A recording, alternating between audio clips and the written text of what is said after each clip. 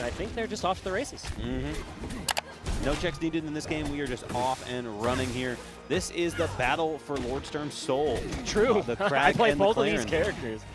And, you know, actually, well, I like staying on Kragg first. Like, I don't force the Ditto in my own personal matchups, but I'm not at this level, so that's depends if how much you care about that opinion, but I'm going to offer it because I'm sitting on the spot. It's true. No, this should be a pretty interesting matchup. Both of these characters being fast followers means you should have some pretty gnarly combos on either direction. Vibe more than ready for that jump option there from Jett and just absolutely blowing him up to the other side of the stage for it. Crazy work there. Yeah, Jett was attempting to take his time on that ledge recovery, and then just the pattern got a little bit red, I think, there by Vibe, and was ready to explode it. And it led to good damage. Yep. No! Missing the DI mix-up there on that 50-50 back throw. We were working on that this morning, you and I, and yeah, it's really good. And back throw is such a fast animation that it's super easy to get caught up in something like that. And there's that fast faller issue there for us that we see for Kragg. You saw the up throw into the fair one, up air, and then into Imagination. But Jett, with a combo of his own, going to combo into the down air and start to even out this game a little bit. Speaking of Imagination combos, that is what Kragg back air is just so well known for. Comboing to really whatever choice you want. Could have gone for the down air, could have gone for the down B. Plenty of ways to take that stuff. And right now, Vibe is going nuts. Just a raw F smash there to punish that DI. We are now on to the last stock of Jett the Jenga God. However, this is, of course, best of 5 the rest of the way through. So we got everybody a little bit of time to adapt, to adjust, and we'll see what the options here for Jett are at the end of this game and going forward to the rest of the set as well. Oh, real deep dip here for Vibe, and going to get punished for it as here comes the special pummel from Jett, looking to try and mix up with the side special. Not falling victim to it, however, but now stuck in the corner, and now what is the answer going to be? Trying to back air over to the side and maybe trying to reset off of the pillar, but no. What a quick little turnaround there with that reverse neutral beat. Really, really good positioning there from Vibe. Oh, and that's a stock. Yeah. Positioning is really the whole story there, right? Because Vibe was able to dip out there, immediately turn around, blend, resetting your resources by just standing on the center stage, and then go out and punish the pillar. And you see the little eye roll from Jett in the corner camera there. A little annoyed about how that game ends. Felt like he played pretty well in that.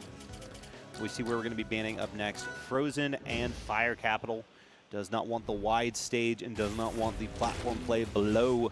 Are going to be going to Hadojo here next instead. The traditional triplat stage, one of my preferred stages in a lot of matchups with both Clairen and with Loxodont. So we'll see how Vibe does in this. And then, of course, how this stage plays out and helps Jett in their attempt to get out this set. Okay, there you go, getting the side push cancels. Let's see if it can lead to something. Trying to, not overcommitting to pressing those forward airs into the corner. Knows that you can just keep the stage positioning and then maybe force Clairen to press something unsafe, but instead, Vibe getting the grab here and then starting the tipper chain, trying to dip very low with the neutral special, and that actually forced the resource. Okay, we're teching, but... Oh, we're dead. No, we made a saved the wall jump there, and that worked. It looked like for a second there that was going to clean that up. Jett kind of resetting here. Nice. What's your option? Good. Roll away. Yeah, attempt to tech chase there from Jett, but just a little too far away on the dash speed from Kragg. Surprised we didn't see a parry there, but they'll take the grab nonetheless. Oh, that nair tippered from below the stage. Sure did. That's crazy. Oh, really nice high pillar here, but okay, I don't think that was meant to be a dash attack. It's supposed to be a drop down, maybe there. Either way, it's good DI out there from Vibe. Does not want any part of that. Speaking of DI out, that's actually going to save Jett in that exact same position. It is a little bit of a benefit of this stage. Obviously, we are at a little bit of a wider blast zone here. Going to get the grab here. DI hard out. Says, nope, no down smash for you. I know what you're looking for. Now pillaring very low, but it's going to lead to a grab. And okay, again, everyone's DIing out, and it's working. But oh, the pillar just disappeared. I think the resource was burned right before that. Not just that. I mean, that angle on that down air, depending on where you hit it, it does have a very harsh angle off to the side there. And that's really what we saw, I feel like, is the fact that he just flew past where that pillar was, if it was still on screen at all. Really hard to tell. Oh, it is still on the screen. Actually, it's still there. Yep, you can see it. Okay, so just the harsh angle. Brutal, and man, this pressure again from Vibe. Oh, dead. wow, did he not have ability to rip? I must have missed something there while we were talking about the previous stock. But that's how fast Vibe can take these stocks. Look at that immediate bear into the regrab. And looking to do the same thing, just sneak down and grab a ledge. Take away a resource immediately here from Jett, who is on the back foot. Oh, how are you going to get back? Just take it slow. Oh no. You see Vibe kind of nodding along. Ah, that sucks, man. I'm sorry to hear that. Vibe a little frustrated. Excuse me, Jett a little frustrated, it seems like, just given the fact that these have been awfully close games. He's been staying in them the entire time. And if you look at the difference seed-wise, you know, Jett is more than holding his own right now. Yeah, it's just coming down to those final scrambles. Yeah, exactly. And we're going to Ethereum Forest game number 3. I'm not every Kragg player, but I love this stage. And why wouldn't you, man? I mean, you've got basically FD for most of it, and then also very close blast zones on either side. You kind of love to see it. And we'll see if it amounts to mud. Okay, we're going into the down throw mix-up game. Down throw, up throw into dash attack, but now here comes Vibe right back. Oh, what a combo! Oh, yeah, man. Vibe's nuts. Oh, it's still going. Okay. Ooh. All right, Vibe picked it back up. That was incredible. Oh, but now who's going to blink on the platform first? Okay, everyone does make it back. Yeah, everyone says, we're not doing this right now. We're going back. Down throw. Yeah, man. I appreciate it. So back throw down air is something I've been seeing a lot from the Clairens this weekend, and I've been really interested to see just how often that's available, because I got smacked around with it the other day by Landon, another great Clairen here this weekend, but you saw it right there as well, just going for it, man. That angle from down air is vicious. Well, it seems to be an adaptation to the forward throw, back throw, F smash 50-50, right? It's like, are you thinking of this? Of course not, but down smash is the choice. Okay, it does KO. Yeah, no purple, but definitely DI-wise on a stage like this, you pretty much have to, like, you're double sticking, you're doing everything right, you've got your ASDI done. And I do like that Jett went specifically to the platform to go for that down smash. Take away any 50-50, whether you're going to land on that or not after the shield break. Nice push off there. Not interesting. I'm kind of curious about Vibe's defense in this game. Obviously, he's been playing super well, has been in firm control the entire time, but I've seen a lot of opportunities for parries, even like on those side specials right there that we haven't seen him take advantage of. It's been a little interesting, more interested in repositioning than potentially getting them into parry lock. Well, sometimes your offense is just strong enough to carry over that deficiency. If that is a deficiency, I mean, we don't. It's an open question right now, right? Because Jett's punish game has not been this strong, and look at the strength of that forward special. Cleaning up.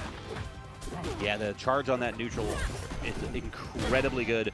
And it's one of those things where I was discussing it with Sensor earlier. It's a lot like Falcon Knee in Melee, where, you know, it does like pop the casual fans a little bit, but it's one of those things where, like, at the higher levels, a lot of people just kind of roll their eyes at it, where they're just like, all right, go ahead and hit your club. But at the same time, the neutral special? Yes, the charge, like the laser beam or whatever. It's super sick to watch, though. I am one of those filthy casuals who's just like, that's sick. If this is Falcon in this game, then I'm a Falcon fan for the first time in my life. I'd say just that move, though. Obviously, she's not Falcon, but like that move kind of feels similar to Falcon, where, you know, it's designed aesthetically to please hit the viewer. Dopamine receptors. Yes, sir. Okay. Fair enough. Okay, you get the tech chase. Jett's not out of this yet. It was looking a little scary over there on the right side when we were talking about my favorite Smash character, Captain Falcon. But now it's close. Yeah, no, and this is how it's been every game. You know, there's been these little things that Vibe's taken full advantage of, and sometimes it's been like some mistakes from Jett, sometimes it's just been better positioning from Vibe. You know, every single time he's been very close in this. But close does not get you to Sunday, unfortunately. We got to find a way to get Jett on the board here. 2-0 right now, and very close to dropping down into losers, but is very capable of it. Just needs to get that one big opening. Yeah, okay, good DI away again. Jett has been very close to dying in a couple of these scramble situations, but it's missed like an air dodge read, missed a tech chase read here from Vibe. That's keeping Jett in the game. Well, as long as Jett's in the game, he can find something big on this stage. I was going to say, he's back in neutral at the very least. We've seen him kind of do these bears from ledge over and over, and that time he does go for the normal get up, and because of the high percentage there, gets punished for it. Cannon red. Not what I would have guessed that first letter was. I was thinking like Argonauts or something like that. War Guts, Cannon Red versus Frosty. Frosty Olympia now. And Frosty has been really sticking to the guns on this Olympia for, I mean, how long has the character been out? Like 2 months? April. Yeah, so about a month and a half. Yeah, okay. Just recently hit some balance changes, which seem to have made the character... I think most people have reacted positively to the balance changes, but the character's still very strong. Right. It goes from like a undisputed 1 to like probably 3 or 4. Which is not a bad position to be in. It always could be worse. And looks like Frosty looks very comfortable piloting this mech right now. Those up airs are bananas. And they're continuing. No intent of stopping the up air train, but okay, that fair did not quite come out in time, and that's going to buy Cannon Red some valuable neutral space. Now, right now, Cannon Red's doing a really great job of holding that center, and as I say that, just gets absolutely smacked by that F tilt, and is at a high enough percent where it doesn't matter where you are on the stage on something as small as force heights like this. It is very difficult. And then advantage train continues here for Frosty off of just 1 gem. Sending 0 to 40% here, and looking for a big hit with a forward strong. Honestly, I'm pretty positive if that had traded, that would have killed. Yeah, 40% on fleet on this stage. But that's a good back air here coming out from Cannon Red, taking away the only avenue of recovery that Frosty had. And that is one of the nice things that Fleet can still do, is really pester opponents with not great recoveries off stage.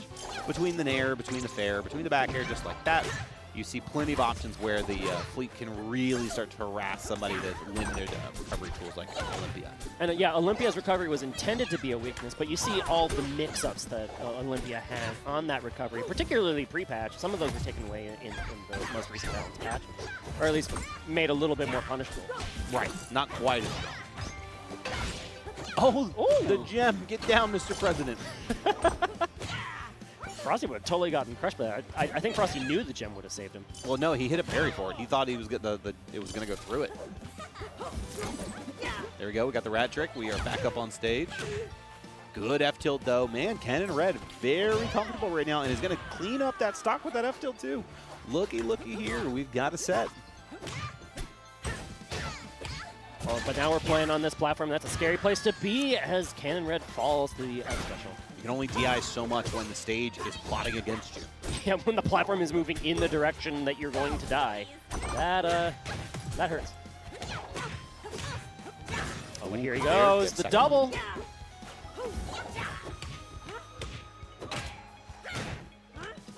Nice re-grab. Gets a little cheeky there with that pummel. Gets punished for it and is now going to be stuck in the buble. I thought that might have been an overcommit from Frosty, but no, he's in good shape. Deep for that forward air. Not quite KOing, but not too much worse forward for it. Ooh, good call on the parry there, but it looks like that Cyclone just went over top. We are coming down to the wire here, Skirmy. Looks like Frosty looks in position here, especially after that diamond pop there. Yeah, Frosty maybe could have just jumped straight up and tried to intercept that diamond pop, but kind of played conservatively. Wasn't sure if it was going to land entirely. But sneaking back onto the stage and turning around a forward tilt is a recipe for success from that disadvantage. Yeah, tough break there for Cannon Red. Like you mentioned, overcommits just a touch, gets themselves punished by that F-tilt, and that was 2 stocks taken by that F-tilt. Listen, Frosty, a man after my own heart, bans Armada, bans Frosty. Good man. Good choices. Take away the weirdo stages. Yes. And Cannon Red says, forget the rest of the stages. I just need the first one. I don't need to move any further. Yeah, interesting fleet on this stage. I don't think of this as a fleet stage too often. I don't know. I think the fact that like her arrows covered like the length of the stage goes a long way for her. I mean, the way that that's going to hurt in the morning. The morning, the afternoon, the evening, and right now as well. The way Cannon Red has been playing the ledge, it makes sense why Cannon Red would pick this stage, because there's like no platforms to help alleviate this ledge pressure. Right, you're on FD. Yeah. However, when you die to a forward strong at that percent, it makes you reconsider the decision. I'll keep it a buck. I'm pretty sure that's going to kill on most stages against Fleet. Hey, yeah, fully charged, probably. Not fair enough. Ooh, good grab. One really good shield on that diamond. Oh, wait. Oh, we got those. Cannon's got those. I was like, oh, man, he dropped it. And then, nope. I thought the same thing. I was like, oh, you let him sneak out. But nope. had the coverage. Looking like Mystery Soul out here with those conversions. Oh boy. Yeah, resource burned. Should get the jump back after that regrab, but okay, we're all good. Finding that semi-spike angle, but a really nice high recovery from Cannon and Red to stay alive. Get up here, goes for the up B, just adding on to the damage. Not quite going to kill just yet, unless there's some bad DI, but so far Cannon and Red been very, very confident in how they DI these moves. Second time, though? Yes. No, there you go. Just too high up, man. Even as you DI into the corner, you realize you've got too much momentum to slow things down. We're going to see the back row. Oh, and the pop? Good DI down there from Frosty. Hit me once with it, fine. Hit me twice with it. You're going to have to try a little bit harder than that. And now using this sneaky movement to just try and find some way in onto this fleet. And the grab is the start of something here. Oh, what a turnaround back air here from Cannon Red. Nice stuff to help even up this deficit. Now with a grab, just trying to reset things in the state. Okay, they're trading some spot dodges here. Ooh, great up there. Uh-oh, we are low. That's a problem, but okay, no, not that big of a problem. I've made that exact same fastball mistake before, and it's like, oh, I know this is the scariest place to be, but Frosty is calm and in control. Looks like we were going to have a repeat from game one there with that F tilt, but we do have just enough DI. Fleet's got the recovery for it. We're good. Great grab on that up air. Oh no! I don't think that was intended to be a low attempt, because you knew that the sticky arrow would pop up. Right. And that should just be a dead rat. No. Yes. Yeah. Okay, all right. Okay. I Persistence. saw the crystal down at the bottom, and I was like, oh, she made it back. You know, as long as the crystal's available for like the reset. Yep. I always feel like when there's a will, there's a way. But there were too many resources burned. The double jump is gone. It was not going to be possible. All right, so now we go to game 3. Yeah, we're going to banned Rock Wall. We banned Frozen. We're going to Hidojo, which honestly I kind of like having the platforms compared to what we've seen in game 1 and game 2. I think it's going to let Frosty get away with a little bit more. At the very least, gives him escape routes that he did not have in the first couple games, so we should be able to see them navigate this a little bit easier. Yeah, having a recovery mix-up at the ledge versus like a really persistent fleet seems like a big deal. And so we'll see how it goes. And particularly, you know, you can launch some crazy upbeat shenanigans off of that top platform if you're so presented. Yes. Kind of a slow opening to this game in number 3 between the two of them. No big haymakers yet, but this might be Frosty's time. Oh, tried a waveland up there and just barely shorted it. Just like me for real. Oh, but then you get a parry here.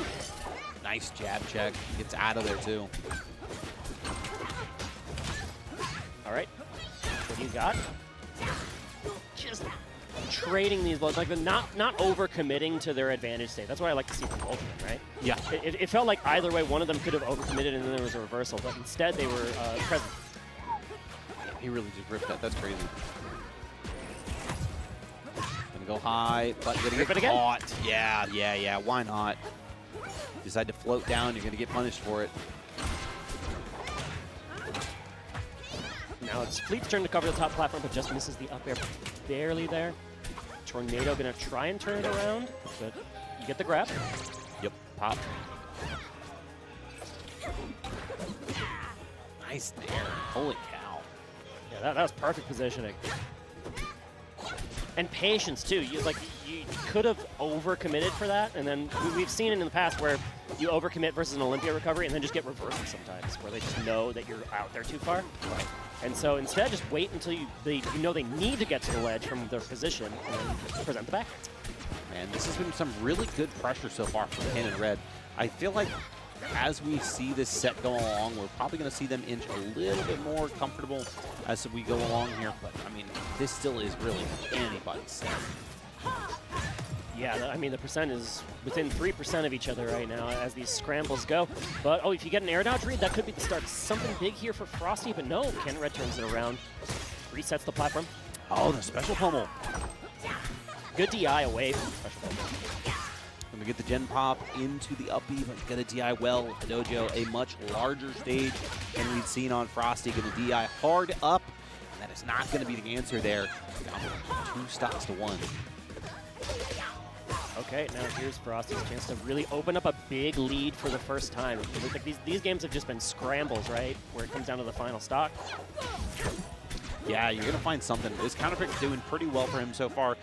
Though you have the deeper walls, of course, and like we mentioned earlier, you do have the side platforms to kind of escape to. Allowing him a little more flexibility and survivability. You know, that's really what you're looking for, because the ground game has already been successful. It's just obviously maintaining and holding onto these stocks as long as possible. And so with that DBZ trade, that will actually afford Frosty a lot of time to get back to center stage. And now this could be the pop that ends it. Yes! 2-stock victory for Chicago, moving on in Toxic Season. So, yeah, it's tough. It's not good. It's doable, but, I mean, we're not going to mince words. It's an uphill battle. Yes, I get that. It's a losing matchup, to say the least. And then you have somebody like Bio as well. Solar, on the other hand, very capable of making this work. He is, without a doubt, one of the best Loxodonts doing it right now. Yes, easy. And very excited to see him and a couple other people here this weekend as well, rocking the fin. Yep, I think, yeah, the hidden goat of Kilogram Hours is also here. Yep, Kilogram Hours is here, and then there's another guy from Chicago that's actually a really sick Lox we saw earlier as well. And yeah, SolarBeam is kind of giving it to BioBirb right now. I think Solar has taken the, like, wow, it's really annoying to play against Ranno in the scrap. What if I don't let him do anything first?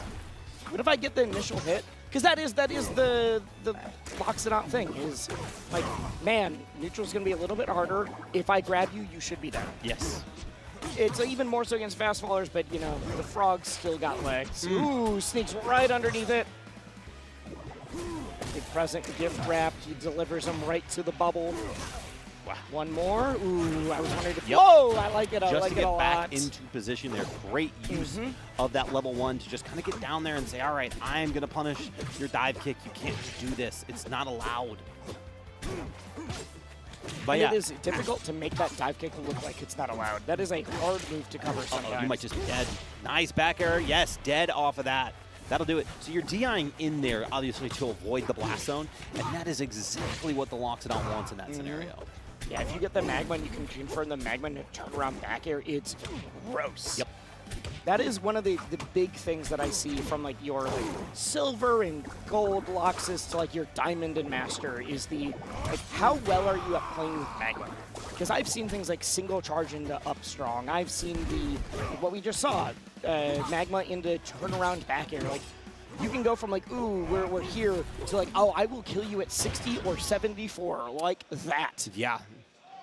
I say that like that was a huge combo. He did just grab the ledge. But you know what? They can't all be flashy. Sometimes you just got to do the work. You got to put in the work so that you can make it further in bracket. I do know that SolarBeam was a little nervous for this match. I would not blame him. It's a tough match. Not just Ranno, but also Bio specifically. Right. Bio is a known commodity in the Rivals community. It's been top 5 season and season again. Currently is in the middle of swapping to Ranno and finding immediate success. Is not only piloting the frog well, but also like pioneering some things that I have not seen anybody else do yet. Sure. No, it's been really exciting to kind of pick everybody's brains because, you know, obviously one of the first times we've gotten a large group together since Combo Breaker, right? Or excuse me, since Genesis, I mean. Yep. And kind of seeing where the thought is of the meta so far and what everything looks like. Well, it's the first in-person RCS stop, which means that we're getting like the meeting of the minds of like, all right, before it was like, hey, we're seeing stuff, but now we've got some more meta development. We've seen like what a lot of these characters can do and piloted well. Good. Great get the gel free card there, but still gets a hard punish. Oh, I think that down strong was scary, but I think it was also a little wishful. Good parry. I like the drop off immediately, though. You don't want to take any bit of that damage. Okay. I like just the run-up up smash there. It's one of the better options. Great DI up on all of those, so you don't get hit with the outward hit of it. Good, get him attack. Dang, snags ledge. And that's why you go to this stage. It is very, very tricky for Lox to make it back. I'll be honest, I'm a little surprised the stage wasn't banned. Yeah, I'm a little surprised. I missed what the bans were, but... Same. That's the mix-up. So that down air on shield, you want to let the folks at home know what's up with that. Yeah, it's really good, and it's really impressive online, and I'm bad at responding to it. Okay, that was not quite what I meant, but you obviously, as you saw there. What is the mix-up there? Yes, correct. Whether there's another aerial on your shield afterwards. Yep, are they going to land with another forward air, nair, whatever? Yeah. You saw Solar pop that parry. Pop that parry twice even, trying to get something. Yeah, because if they hit their shield, they're going to pop up, and the mix-up at that point tends to be, are they going to do another aerial, hoping that they're going to catch you doing something out of shield, or are they just going to drop down and let you parry like an idiot and grab you, do whatever they want at that point. Speaking of grabs, that is a free grab there after that needle, but the downward momentum of that up B is going to be enough to send BioBirb into the blast zone. Frog got dumped. So 100% loss deficit right now. It ain't no thing for the elephant. Yeah. Never mind, it might be a thing for the elephant. Tries to get a little bit of cheeky magma charge there. Unfortunately, not able to do it. Yeah, sometimes you just get caught, and I'm playing you got bubble to bubble. That's really gross. It's literally 0%. Hey, we take them. Literally 0. There was no hit. There was no damage. That we just found the blast zone. Just falling down. And then the bubble, betrayed by your own. Oh, and then you just mash an air out of hit some. Good call. It really do be the ones you love the most. And in this fact, I think Ranno loves bubble. Be your own people. Oh, good. Yeah. I feel like it's rare to be like, oh, that was a genuinely great spot dodge. Now we're seeing, see, that's why. Now we're seeing some that aren't so good. The back throw, that's the mix-up. That's the DI for back throw or down throw. Hit you poison. Good job. There. Yeah, the bubble kind of got in the way. But honestly, I think the bubble actually really helped Bio there. Normally, you don't want to get stuck there, but allowed him a little more horizontal mobility after that up throw. Especially when, we've talked about how good Loxodont is with the throw game. And so getting stuff that's like, ooh, I'm just going to autopilot into up strong here. I'm going to do whatever. And he's like, oh, wait, there's a bubble. I got to pause for a sec. What's going on? Oh, back air. Oh, I was also seeing the back air, too. Seeing the back air. The strong got rid of the magma, though. We don't have anything on deck. That's going to make some of these guaranteed kill confirms a little bit harder. Just wait. I hate that for him. Oh, and goes into knockdown to the throw into the needle. Has to go low.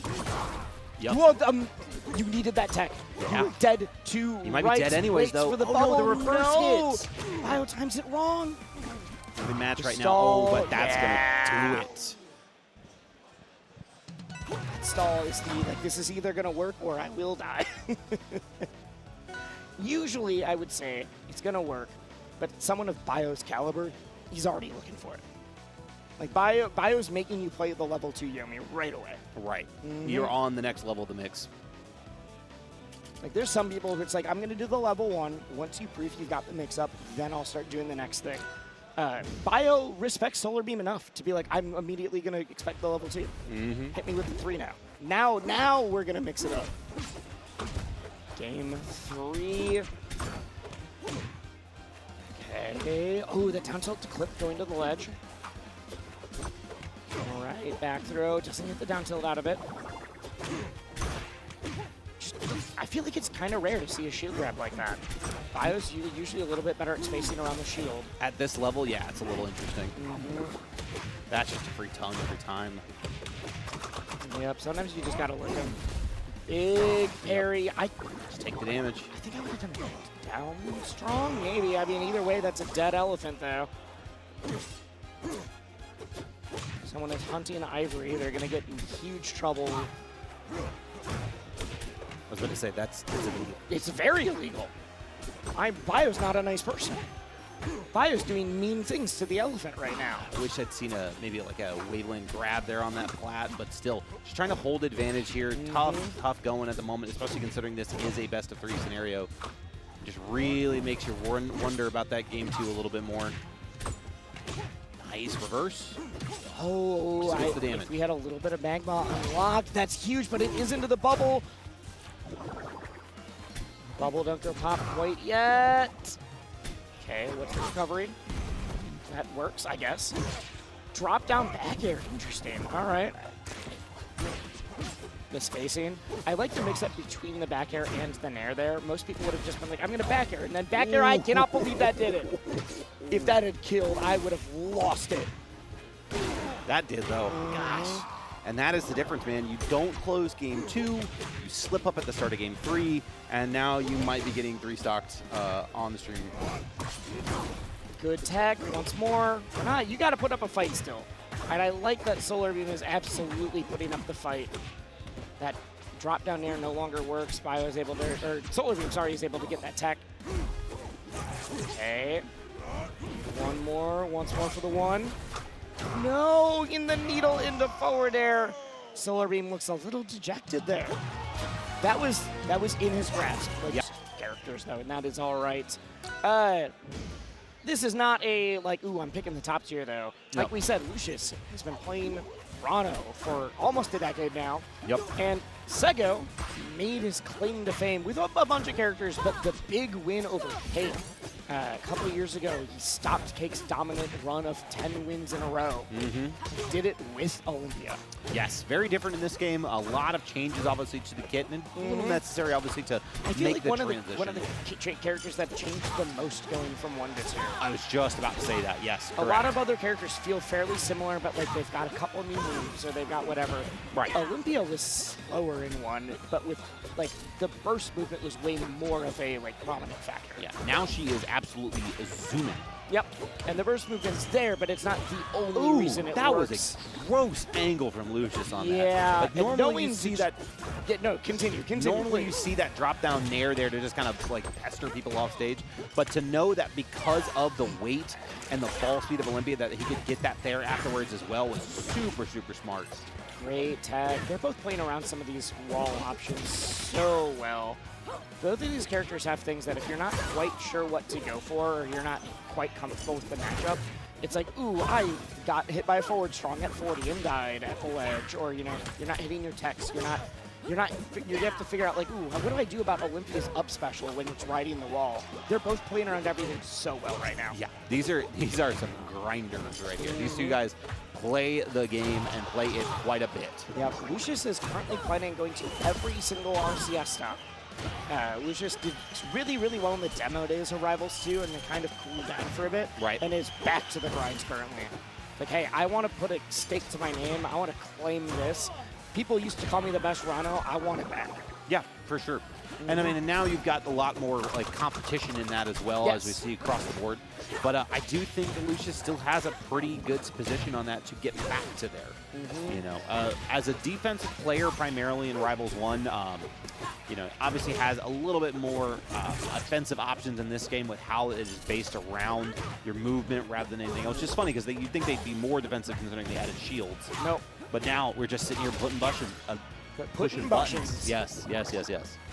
I mean, so Lucius is coming hot off second place at the Fusion Major from earlier this week even. That was on Monday. And got some phenomenal wins there, beat several like, top 50 players from Rivals 1, or people that we think probably will be in Rivals 2. And one of the things people were talking about is like, yeah, we're used to Lucius being really defensive a lot. And we're still seeing like immaculate neutral and defense, but Lucius' offense feels like it's leveled up in the last month. Yeah, there wasn't a ton of truly campy players in Rivals 1, but Lucius was one of those people that had that kind of badge on it right there. But Lucius is now like willing to mix you up with movement, not just like, I'm going to let you come to me. And look at this DI right now. This has been incredible. Yeah, Lucius is using a lot more movement, but is also just demolishing people on hit currently. The aggression and the offense has like been added to the flare. I mean, you can get all the defense you want. Gem dash into that forward air. Gem dash into the forward air. That's gonna kill anybody. Nothing less than. Look at that mouse looking straight at the camera. He's just barreling the camera right now. Please stop. I have such an uncanny valley thing about fursuits. Do you? I do. I didn't know that. I don't. Lucius is such a nice guy. Lucius is so kind. Absolutely. Absolutely. One of my favorite people in the scene, but that's really, I didn't know that you feel very weird about it. It's just, it's like I said, it's uncanny valley. Yeah. You're not like upset that he's in a fursuit. You're just like, it feels weird. Yes. And like most of the furries here are just the nicest people too, and They're just like so nice. The suits look so well made. Oh, they are clearly. A lot of money going on in those suits. That's a stock. Gonna take it, yeah, because the gem just got broken on the other side too. We talk a lot about the amazing rat trick, but you gotta have the gem ready for it. Ooh, good weight on that roll. Better spot touch there. That down smash can send off at some really weird angles if you're not ready for it. So that's very important for that to miss. Otherwise, Lucius might go up 2 stocks now. Yeah, but I really like that Lucius went for that the up special cancel, like the edge cancel, but in the immediate shield. Yeah. Because usually you see people be super aggressive with it. And Lucius is like, I'm going to get down right into your face and then shield it to you. Well, so we've been seeing Sago actually do some of those down B charges. The guard cancel there, excuse me, at that cancel length for that exact reason. So Lucius actually playing around the set play that like Sago already has right out. Huge air dodge. That is enormous. Doesn't quite find the kill. I like that trick to break the gem right before it goes super deep. Sago, where are you going out there? But it works. All right. Yeah. I got nothing. That was crazy. I think Sago is just like, I don't care about my own life as long as I can get rid of that. That moonwalk was nuts. So the Evo Olympia looks so cool. Another missed tech down there by Sago. That's, I want to say 2 or 3 out of the stocks that he's lost so far have all been because Lucius has just been pressuring him so crazy down there. Yeah. Well, I think Lucius went from like, ooh, I'm going to try to combo, we're going to try to kill off this, to like, oh, wait, you're struggling a little bit coming back. You're not hitting all these techs. I'm going to force that down. Yeah, I'd rather cut the combo short early if it means it pushes you off stage. I mean, that is the thing. That is the #1 thing of fighting games. If your opponent's really struggling to deal with something, you absolutely abuse that. Until you make them stop. Good DI here. Oh, I thought we were going to get the most aggressive gem dash I've ever seen. All the way to the corner. Or just ripping an up there is what I was looking for. Whoa, that BioBirb needle? Yeah. Lucius! Yeah. You're nasty I'll for give that. it up. I'll give it up. That was so gross. We're freaking out, and Sago's just like silently nodding. Like, yeah, all right. Fine. I've seen it before. That was sick. That was sick. All right, we have another game 3. Switching over to the yellow Olympia skin. We are on Rockwall now. Sago played as a different Olympia every year. Yes. That's really funny. It's all been the River City Girls skins, but I am very excited for this because now Last one was Evo. Last one was Evo. Oh, you're right. The first one was the River City Girls. But now we have a added verticality to both of their combo games with this Rockwall stage. And I'm really curious to see who's going to be able to kind of take advantage of those flat drop situations that both characters can really do a number with. Both of them with back air, funny enough, for the most part. I mean, you said added verticality, and Sago's like, watch this down air.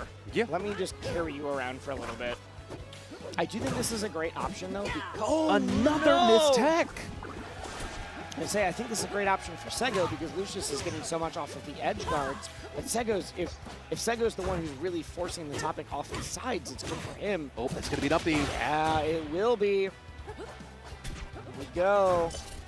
Not a doubt in my mind. Okay, we're flying with the pressure. Gotta make sure Good air dodge up. First time we've seen that so far. Keeping that in his back pocket. Those damn needles on, falling needles on shield. That grabbed? Yeah, man. All right. Olympia side B is a little nuts. There's a handful of times where I see Olympia side B like pull someone out. I'm like, oh. Ooh, speaking of mistakes. Oh, that would have been so good. Dude. Honestly, phenomenal job from Lucius to not get caught by that. I think 90% of players here are getting caught in the vortex and being like, oh, yeah. All right, I'll see you on Twitter later. Later, nothing. Immediately.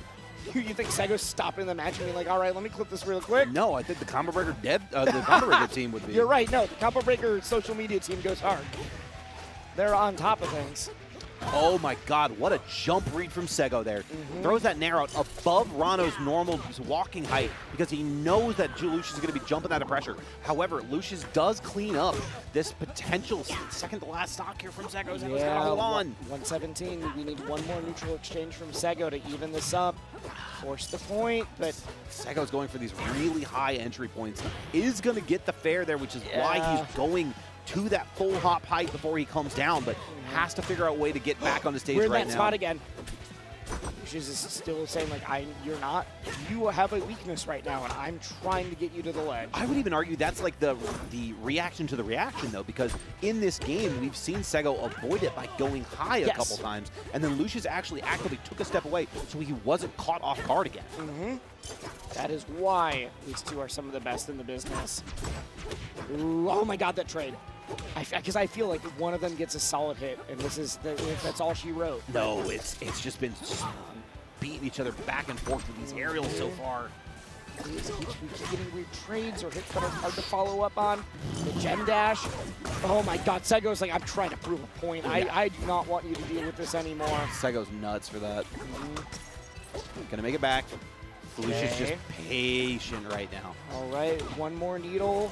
You got the gem still. You don't need, oh, there we go, there we go. Grabs? No. No grab.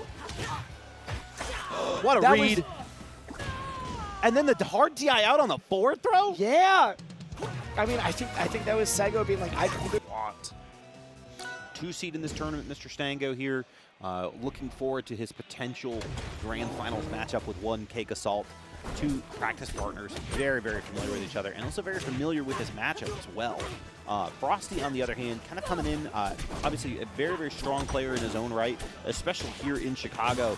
And you have just 2 fastballers scrapping right now. No matter what happens, there's going to be a beating.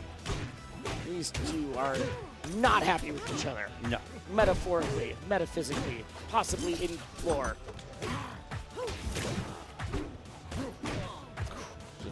Swinging. Yep, I do need to make a small request to Stango later, just to switch to the combo breaker.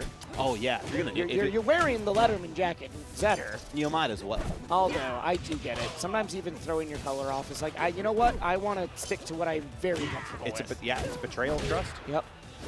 Shine into fair there, man. What move does it lead into fair?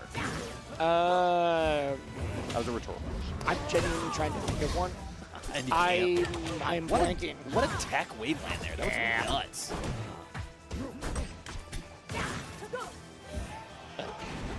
nuts. Does down special ever lead into fair? Probably. Yeah, it probably does. The landing hitbox of it. Oh, yeah, it for sure does. Doesn't get ledge there, and now Stango gets to get a combo of his own here. Honestly, Frosty holding pretty well, just needs to close a stock, which we talked about this as an earlier block, Wisely. I think one of the things that make top players so interesting is that you can have some people that you can get combos on, and you have characters like Zetter that get combos easily. Yep. But killing top players, very hard. It feels like a secondary, like, oh, I got the one thing, now I need to get the second, whereas the top players are like, I found my out, I know that oh, this hey, move will Stango make DI'd out this. there. Okay, I was wondering. I don't know if you saw those up airs, but he went vertical like 6 times in a row. Sometimes you think the other person's finally going to mix it up.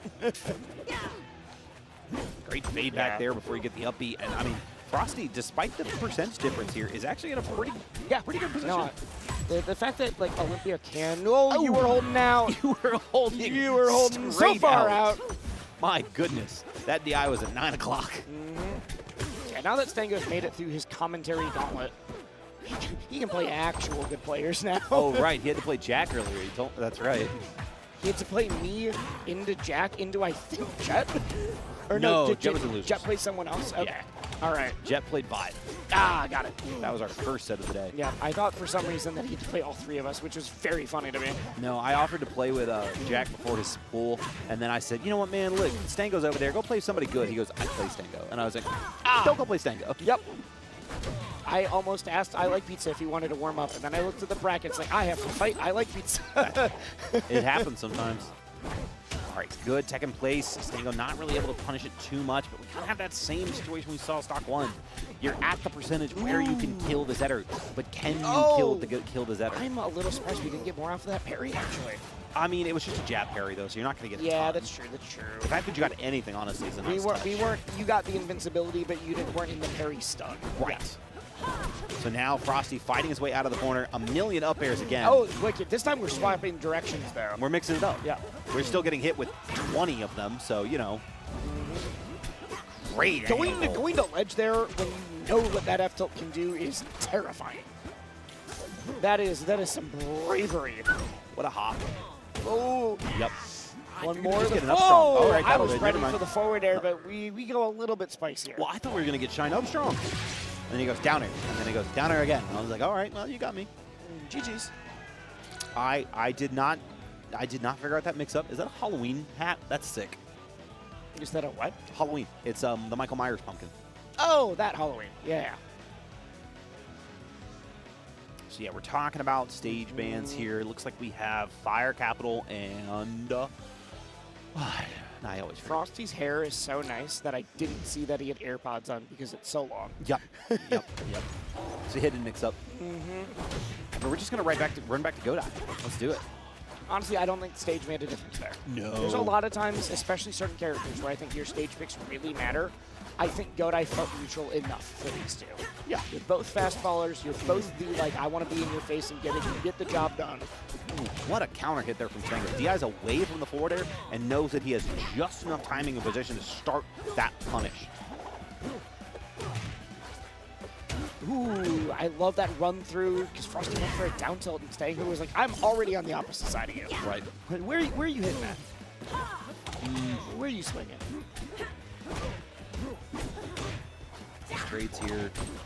Stango just doing a little bit more work right now. Nice reverse fair, though. I like that Frosty has not been like getting mixed super hard by all the shield pressure. Because like, yes, Zetter shield pressure, I won't deny, is bonkers. Oh. But That and then some, my friend. right. But Shine is frame 2. It's auto floor huggable, which means you can hold down.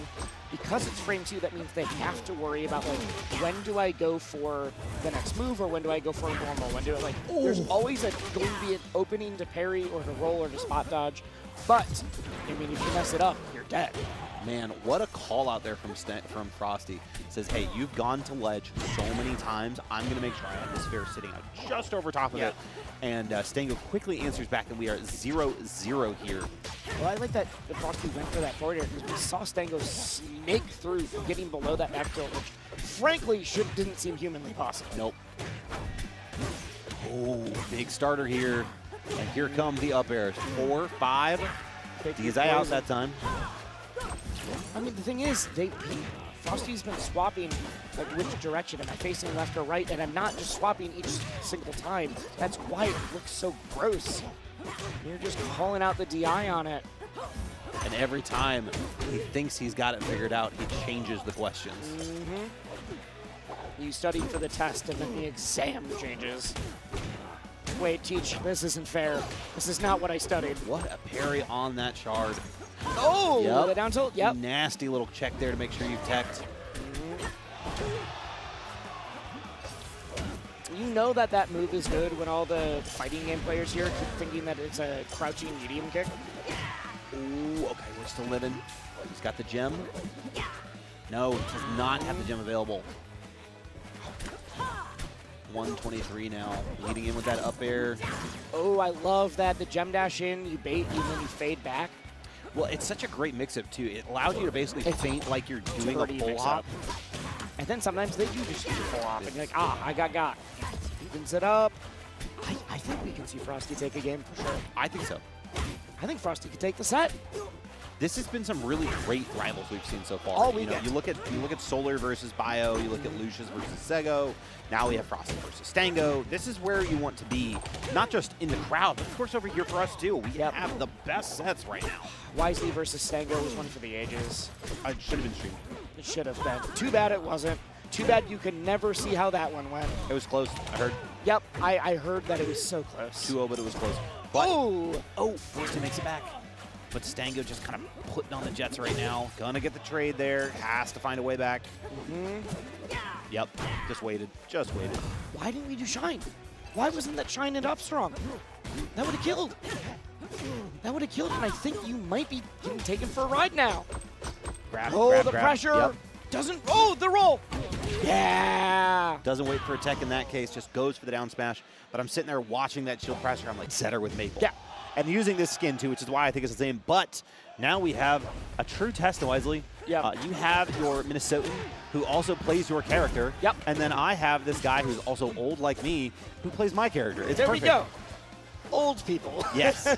Old people and I don't Hunter. know if Sago may have been super young when I learned about him, but no. Hunter is one of those players where so Hunter literally goes to my weekly, Does not win all of them because Right. our weekly is disgusting and there's a lot of good players. Yep, like But- Wisely. Yes, like me. But it's on my stream. But the crowd screaming USA for something over there right now. What a stomp there. Yeah. That's a tough move to actually break out with the down tilt there. That is just strict timing. That was a wild choice, Hunter. But Hunter is the kind of person where he and I will be like, hey, like, why didn't you go for this? Like, what happened? And then a week later, be like, all right, I labbed it out, and it's in my game plan now. I'm like, I thought about it more. Yeah. He was struggling against, like, a certain edge guard situation with Walkling, and I was like, well, I see Elkies do this, and then a week later he's doing it. I was like, that's why you're getting good, and I'm still sitting here. The time. Yep. Ooh, The passage of time. what a crap. Sago, man, really Sago's kind of been- controlling pace right now. Sago's been ranked in like 5 different video games, it feels like. So the fact that I knew that Sago was playing Rivals, I did not know. Did you his see how character. fast that ledge grab was? Yes, I did. Jesus. Yes, I did. Oh, Some man. people make the elephant look like he's a very fast animal. Yeah. And I don't. That's not how biology works. That's not how physics works. Oh, yeah, they also can't really scoop up lava. Zoology, so, you know. I guess. Oh, that's true. I never thought about that. Next, you're going to tell me that ferrets can't teleport. Oh, that's a stoat. Yeah, it's ambiguous. It's a dead stoat. Not yet, not yet. We got one more. I cannot believe that's only 39%. I thought that Hunter took way more damage than that. Yeah, as many hits as there was out there. Also, I was very thrilled to find out that all of the Loxes, without any kind of body like deciding that it was the term for it, that empty down B is just called the fart, and I'm very happy about this. Oh. Because I've also been calling it that without anyone going, yes, this is what it's Ooh, called. Go for the out. I think Hunter was like, I don't know if the up air is going to kill here yet. Oh! Big tech, though. Oh, Didn't get not the second one. We got a second one. We didn't get the third one. Third one, true.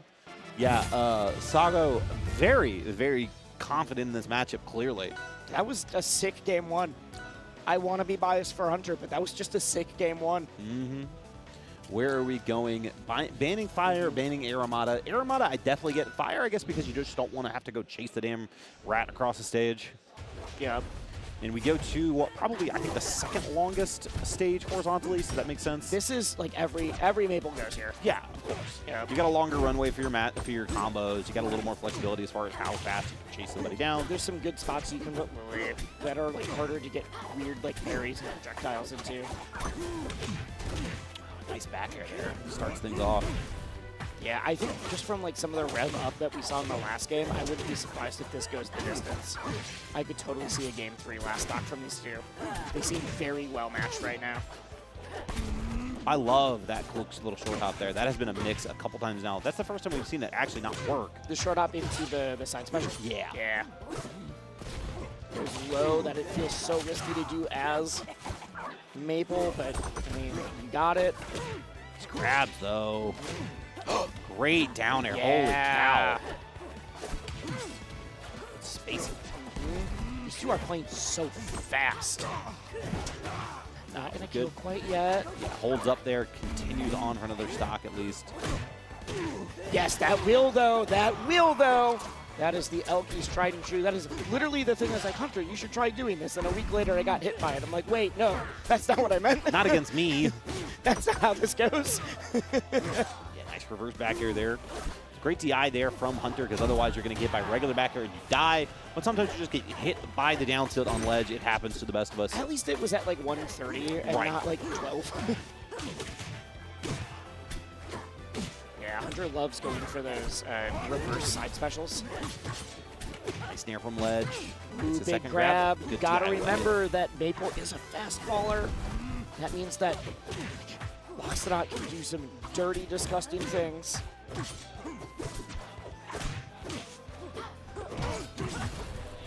Nice. Yeah, this is Great shield there. This is a matchup that a lot of Maples are like, definitely like have a ton of tools for this. If we mess up, Lox will kill me. Yes.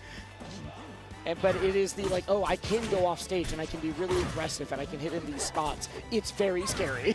Like, listen, that's what you I want. want to be a lame baby right now. That's what you want your heavy character to do. Yes, right? I agree. You want him to struggle to get in, and then once he get in, you explode. Yep, and he's solid aside. Like, Rivals has always done a phenomenal job with all their heavy characters. They've all been, like, at worst, like, still decent and still viable, but, like, man, they've got some sauce. They've got some stuff. Okay. Good DI there on that throw. How did you get a mark there? It was just, like, the boldest seed throw. Okay, we force off the ledge. Sago gets the grab, gets the back air. I don't think it's going to come quite yet. Goes deeper that time for the down air. Doesn't quite get it with the down smash, but the down smash is the right option there just because obviously you get a little more That was coverage. so close. That was so close. The spot dodge. Ooh, that was a cool option if it hit it. Not yet. At 140 is when that like throw into tether is going to start confirming. He's going to get almost a full magma charge here. Good high recovery there. What an up smash. Huge a man after my anti-air own call heart. out. A man after my own heart. Great grab. Gonna get the dash attack. Read through. Goes off stage. Oh, turns around. That was supposed to be a down tilt off stage. You're gonna get wrapped. You're gonna get punished. You're gonna nair back. Honestly, so smart to just like, oh, I don't feel comfortable here. Time to shield. Huge call out. This could be it. No magma unlocked though. Yeah, no magma there. I think magma would have been it. Yeah, for sure. Good grab all the same. Back air. There. Not yet. Oh my God. This is anyone's game right now. Huge. We do have a mark on. We do have magma though. That's gonna be it. it. I can't believe this is round 2 pools right now when we're seeing this level of gameplay. This is so good. I'm still here. I got to this round. People should not be that good in this round yet. Technically, this is winners. You did not get to this. No, I did not get to winners. You're right. You're right. I just meant phase 2 in general. I haven't lost at all this weekend. So. You did not enter this weekend. I'm not letting you pull It's that. an option select. I'm It's not an letting option you pull select. that option. You know what? You can pull the option select. I'm fine to tell chat that you. Tempest Peak is going to be our stage 3 here. It's crazy to think that this is still best of 3. Not just is this round 2, but it's only best of 3. I want to of see 3. these guys do a first to 10. Honestly, I might just be like, hey, why did you show matches on my stream in a week? Sure. I mean, Hunter versus Sago, this is... You have to wonder if these two even know who each other are. We know. We know. That is our job to know. Does Hunter know the legend of Sago? Does Hunter know What a about the Illinois Luigi? So deep. Is he just dead? Yeah, he's just dead. I think so. And look at the eye roll on the camera frame here. Not happy about it. Knows that this is game Do or 3. die. I assume this isn't winners, but it's still do or die. I would love to see. Listen, Oh, God. Dirty back air into that entire sequence was disgusting. Sago, if you would clean that up. listen, you take 80% Oh, off no. that, though. That was back still air. phenomenal. Oh, wow. So, What a, did you see the yes, tech I did. there? Yeah. Crazy reaction times, but you're still going to lose a stock for it. And, man, Hunter, you got to make some changes. I've seen a little too many nairs on shield. It's not going to kill quite yet. yeah, we see the magma loss there. Going to come back. That will. Okay. That will. That's not the move I was thinking when I said that will, but you know what? Run it. Run the mix, run the rivals. Come on. I don't know, man. Look at Sago's center stage. Oh, Sago's composed right now. Sago's played longer than Hunter's been alive. I was going to say, Sago's been winning tournaments since before Hunter was born. Let's keep it a buck. I'm saying that not knowing how old Hunter is, but I've got a feeling. Ooh. Oh good wait, roll Sago through. also just published a video game. Developed a video game for the first time. Go check it out. Find him on socials. Oh, that dash attack would have been it. No magma charge here. Hunter's still only at 64%. Yeah, it's This doable. this is a lot closer than I expected. Ooh, what a tech. But you've died off stage so much. We get the tech. Only 4% more from that somehow. Yeah, it just runs away. I don't want to deal with this right now. What a good First time he went feint. up. Did you see That's that, the first though? time he went up, yeah. Literally the feint towards the ledge there. Gets the grab. Up smash, no, just goes the up air, keeps the pressure on. Just brought it back. This has been a 3-stock comeback, but I think Sago's saying no more. That was almost disgusting. That's going to be it. No! That's going to be it. Oh, yeah. I need a hot fix. Okay. If you do 5 in a row, it does just do a coin flip. It needs to be infinite. I need to be able to stall the entire tournament. That's really funny. I'm like, I get why you did this, but I wish that it wasn't a coin flip. So we do go to Godai here for game 1. Dakpo had to wait a little bit there before getting the slipstream on its stage. That, of course, seems just out of really respect for Cake and his ability to parry those. So actually, I talked to Dakpo at Smash Camp about this, where both of these players were at. Dakpo is one of the people that I've seen using a lot of hack stashing already. Right. Oh, yeah. Yes. Like, people know that it's in. Dakpo is like He's pioneering it with his character. In fact, it's the hack dash into slipstream. It's into like a lot of different stuff. But the movement is crisp. It's clean. He does just miss 2 down airs as I say that. But, I mean, keeping it even against Cake, there's not a whole lot of people who make that claim.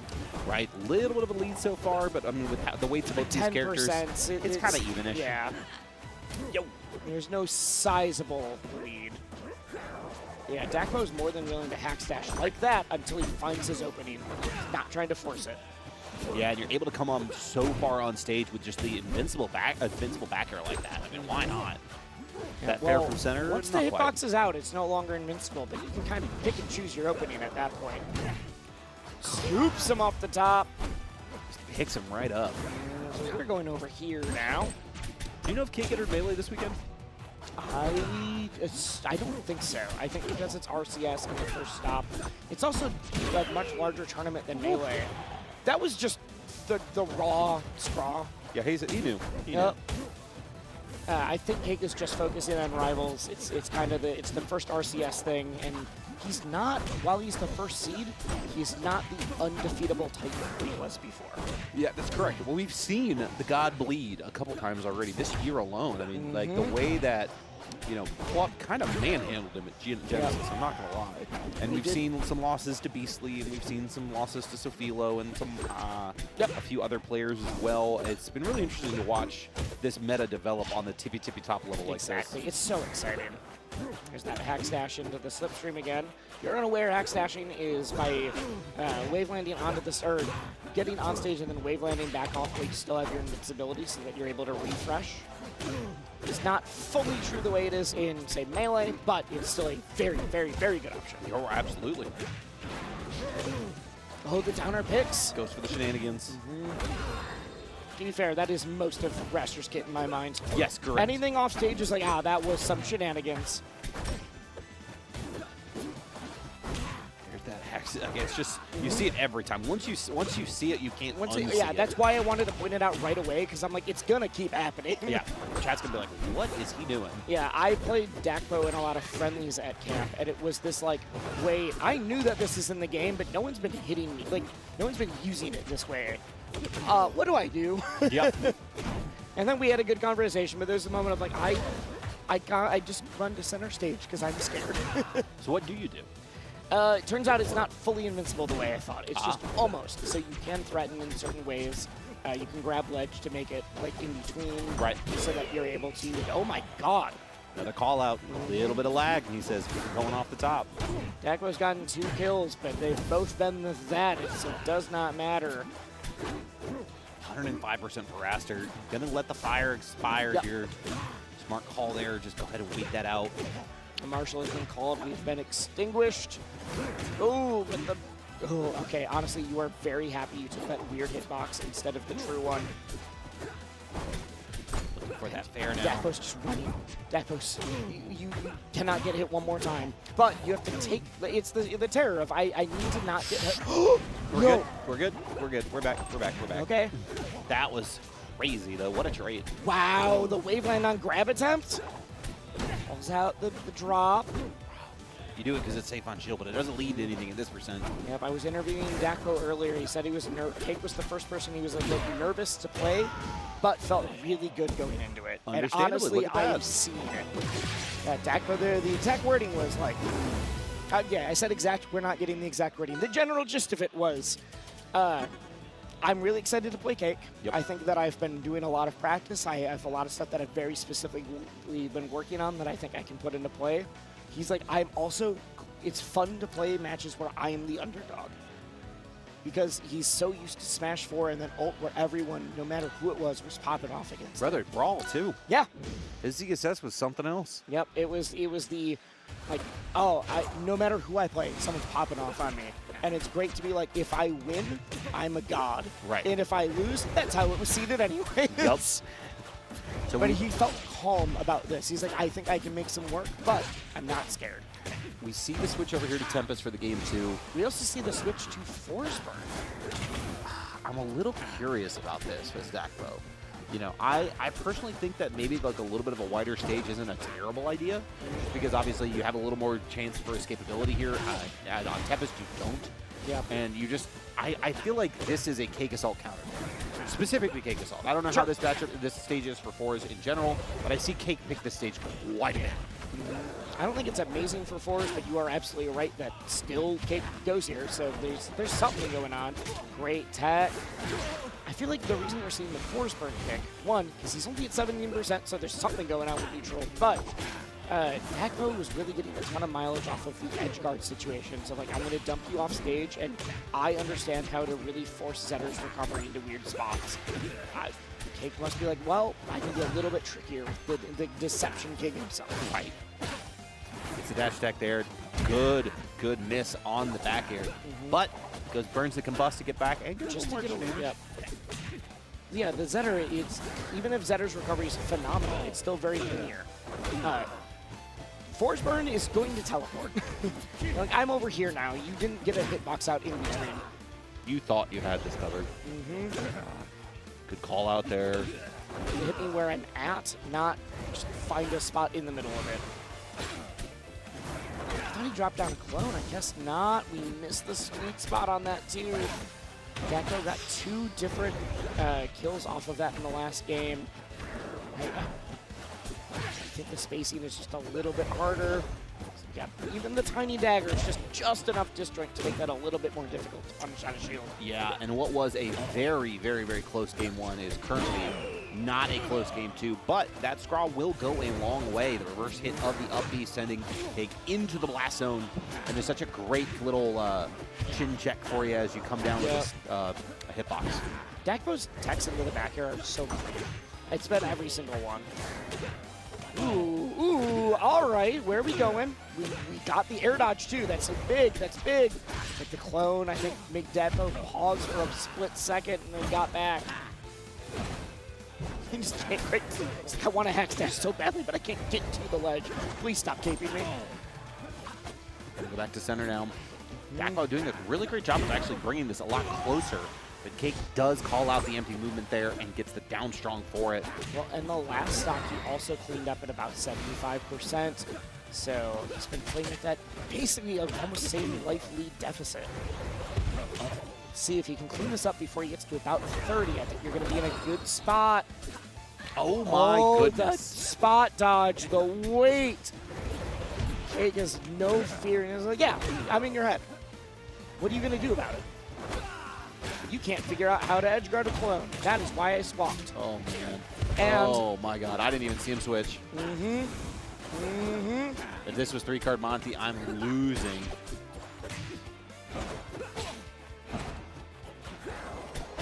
ooh, I love the plat drop, but Dakpo's got it on lock, but one more for good measure. Bird will live a little bit longer.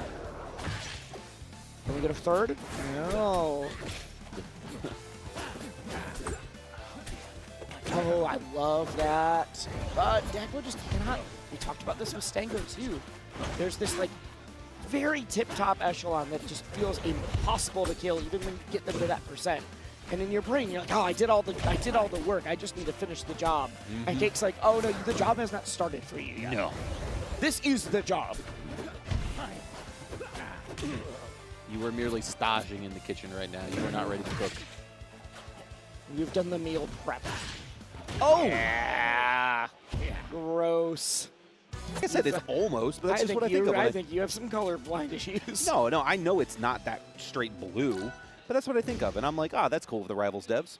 I mean, yes. Think of it like a washed out flag, right? Because like the pink's not the right color pink It's either. sun-dried. Yeah. All right. All right. So No, we're gonna- if it was there, it would be very cool. It's just not what it is. No, I know. Well, we're going to Hidojo here for game 1, and this is one of my favorite lock stages, and it's very clearly a very good Sago stage as well, because he is, once again, just going nuts. It feels like this has all been Sago. I don't know when Bbatts got 52%. I'm very confused. When did Sago get hit? Yeah, honest question. It's like when you start with a handicap. I'm like, oh yeah, this has been all Sago. I'm like, wait, Sago took a lot more percent than I remember. Ooh, there it is. Yep. As soon as I saw that dash attack, I was like, don't jump. Bbatts ripping the headset off here. Maybe something audio-wise. Maybe. But Sago's looking unfazed in his lane, screaming muck life. Here we go. Shout out to crew. DI out here. Hand does not get the tech off of that uppy. We're going to see that over and over and over again until Bbatts shows Sago that he can tech it. Oh, I think it was supposed to be a side special, but Sago's like, I don't want you to have time to get this. What if I just have a sword in the way? There we go. There we Save go. that jump for that exact reason there. Great grab, though. Holy cow. Everything that Sago, like Sago's been getting so many grabs off of like these tech reads, off of raw neutral. It's been so impressive. And then jabs 5 times in a row. But Listen, you know listen, what? listen. That is what this character does. So Listen, Lindo, more listen. pressure, or not more pressure, more power to you. Great waveland on grab, but then this is the drop zone. Oh god. Some of these players are hitting techs on moves that I didn't even realize were gonna hit. Oh man, they're hitting techs on moves that I didn't realize you could tech. I was just like, oh, you just don't die there automatically? That's crazy. Like that. You don't hit that tech, unfortunately, because you're pretty far off stage. So I think that was just somewhat of a, oh, you jumped in the wrong spot. We got some checkmate. Yeah. I'm gonna say, whenever we get Palm, Bbatts is one of the people I'm terrified to see. I think Bbatts Palm is gonna be disgusting. Ooh, neat little reverse fair. We have pretty much an even game so far. Hey, every time Sago's been on the screen, we've gotten some good rivals. So Great spot dodge there keep from it Bbatts. going.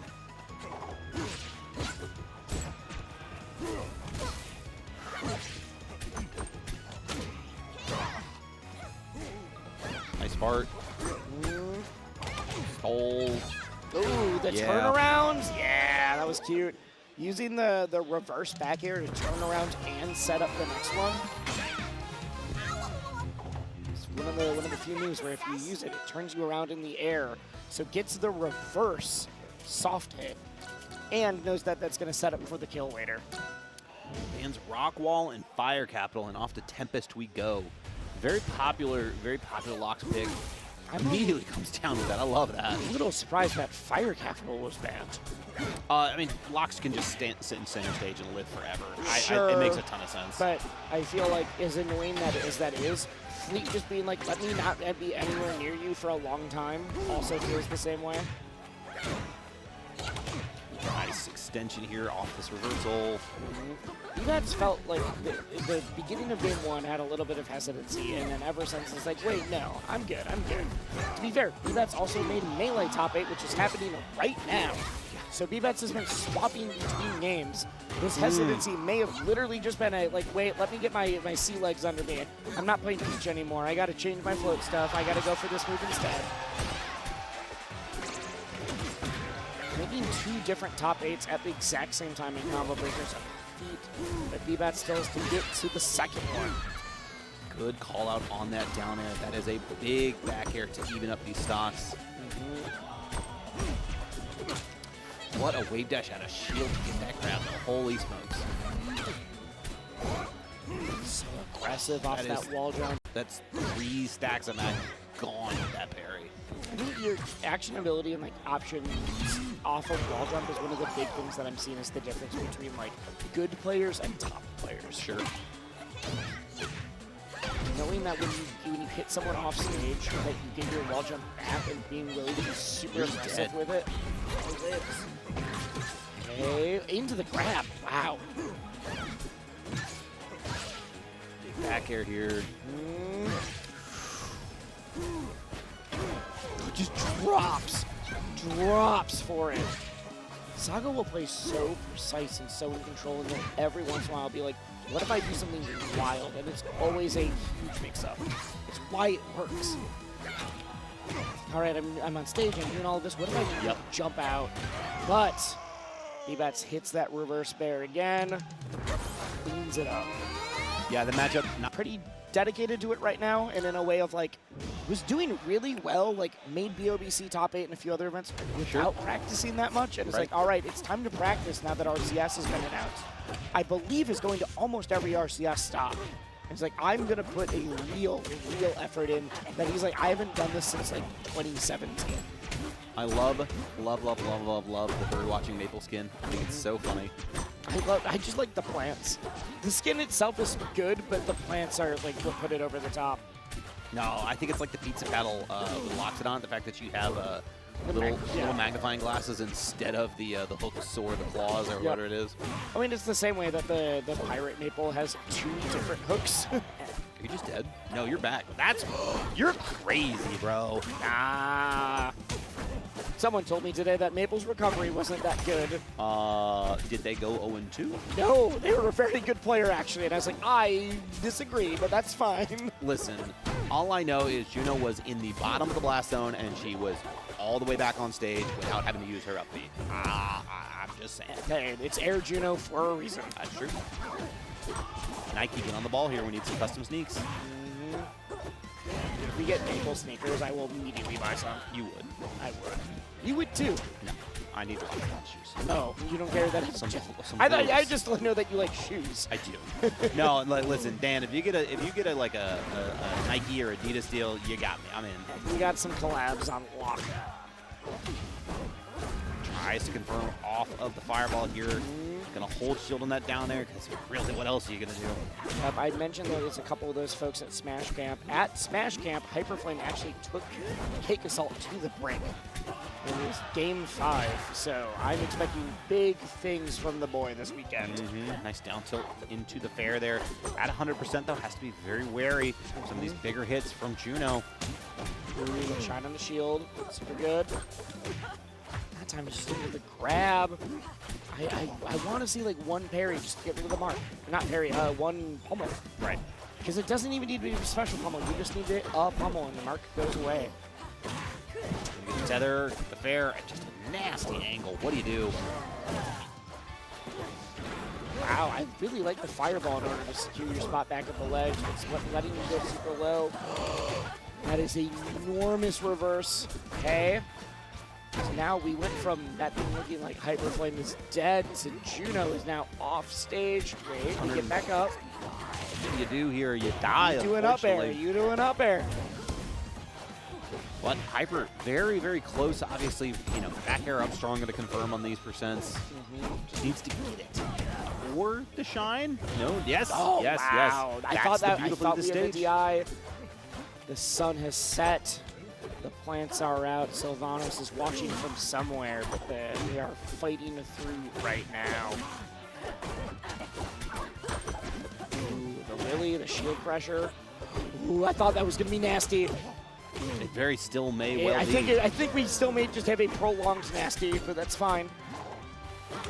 Come down. Oh, the parry. I guess HyperFlame just needs one opening in order to even this up. We've seen it. But now that the Watcher's mark is on, off the top, no, we're going down to the side. Ooh, great weight there on that side B. Interesting choice going for that on hit, but there we go. That is the combo that I was looking for earlier. Big, I love that weight actually. Just pausing for a second where Juno's like, oh, I have my opening. I can hit a button. No, you're not. Yeah, and Juno keeps DIing away, so you're not been able to connect with those down strongs. Juno is indeed DIing away, but that is some Maypul privilege right there. As long as you can get to the wall, you're chilling. Didn't even need to use the mark either. Oh, because you got the helicopter effect on the up air. As long as you're jumping at the same time. Just pokes, F-tilt, just trying to find it. HyperFlame is getting really close to F-tilt, just linking straight into the mark. Oh, just the mix-up. Okay. The up air. Is that going to kill off the side? Woo.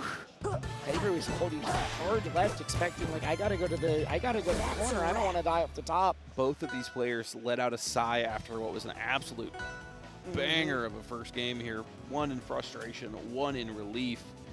We have game 2 lined up here, and it looks like Jules Vale and Godai both banned. Where are we going to take our combat next? Rock wall. Interesting. Okay. I can see it. What? Just a grab right off of that. Love it for you. Yep. Hey, when you got the read on the movement, you just let it rip. I have not seen the Poppy version of this other than the trailer. That's so cute. Well good. Covers that side platform by throwing that fireball, but it comes straight down. Ooh, what is the mark? Okay. Every once in a while, I'm like, huh, mark is on lock, and I don't remember when that happens. Big, yeah, I think you 100% take that. Absolutely, since you can get back, too. But it is scary, because you got to make sure that you get to that wall quick, or else you're going to be a little too low. But if you know that you're not, they're dead, you're not going to be able to get that edge guard. You can spend the air dodge and the up special, and like, you get a lot of resource spent. All can go up. Nice shine reversal there. Still can't close out these stocks with any sort of consistency is the frustration. Gonna get the weak hit there, and the trade with the shine there, but still gonna be able to come back as Juno. Ooh, HyperFlame seems to be really struggling. Can get a lot of damage on Juno, but until then was not able to find a kill. We do see even stocks now. Oh god. The reverse forward special is not what I was expecting there. We're going some wild directions, wild angles. You got to make sure you are on point with your DI in order to not get caught in some of the traps there. The top, no, not quite yet. I love that up strong. That's such a common dive kick spot there for Zetters. And if he had held that out a little bit longer, Juno would have locked up a stock there. HyperFlame wisely jumping out of it. Oh yeah, that's going to confirm. That's the first time we've seen her throw that up air. It's been the nair the entire time. And that's why we got to switch it up now. That is at a high level. That is the up air nair mix up. Pull up to get out of the up air, you pull to the side to get out of the nair, but Immediate trade. That is so cute. it's so angry.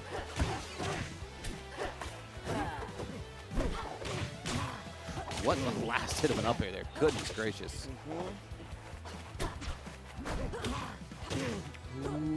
Okay, HyperFlame, if you get an opening, you need to take this for the world right now because Juno's kind of running away with it. 1, This is 2, it. What 3, are you going to get? Are we 4, off the top? 4. Oh, we're going down. All right. An earlier round. What's happening? Oh, my God. That was bombastic. That was emphatic. I cannot believe we got that wall jump into the forward air. That was such a crazy finish to that too, because it was, I mean, it was up air, it was up air, it was up air. And It was suddenly the down air just, I was like, oh, we're going wisely to try to sneaks in carry a off the Fall Out top. Boy reference. We did. We did. Fire Capital and Tempest banned. Where is Juno taking this? We're going. Ooh, Hadojo's an interesting pick because now you can dive kick all over the stage as Zetter and kind of get a little more flexibility with your recoveries on this. I'm really interested to see if this plays a part. I mean, like we were saying before, HyperFlame's not going down without a fight. We're not going down. We're swinging. I've immediately screwed up the lyrics. Okay. Ooh, Shine barely gets away from it. It was such a stall too. Interesting choice to go for the forward throw there when it definitely won't kill, but it will do just a lot of guaranteed damage. Some of the best things you can ask for in these positions right now. Because really all Hyper has needed is, I think, almost all of these stocks have been fairs. Wow, just pulls back. This is like, no, no, no, no. You've been doing a lot of mix-up. I think you're just going to be at ledge now. Crouch cancel ward. Doesn't go for the double dip. Does get the reverse, though. Gets it anyways, though. It was just a delayed. You asked for 2 scoops and I had to go get a different spoon. Yep. You know, like, I want 2 scoops, but the second one needs to be a different flavor. But that dash attack into the upstrong there. And hold the position in the corner. Nair.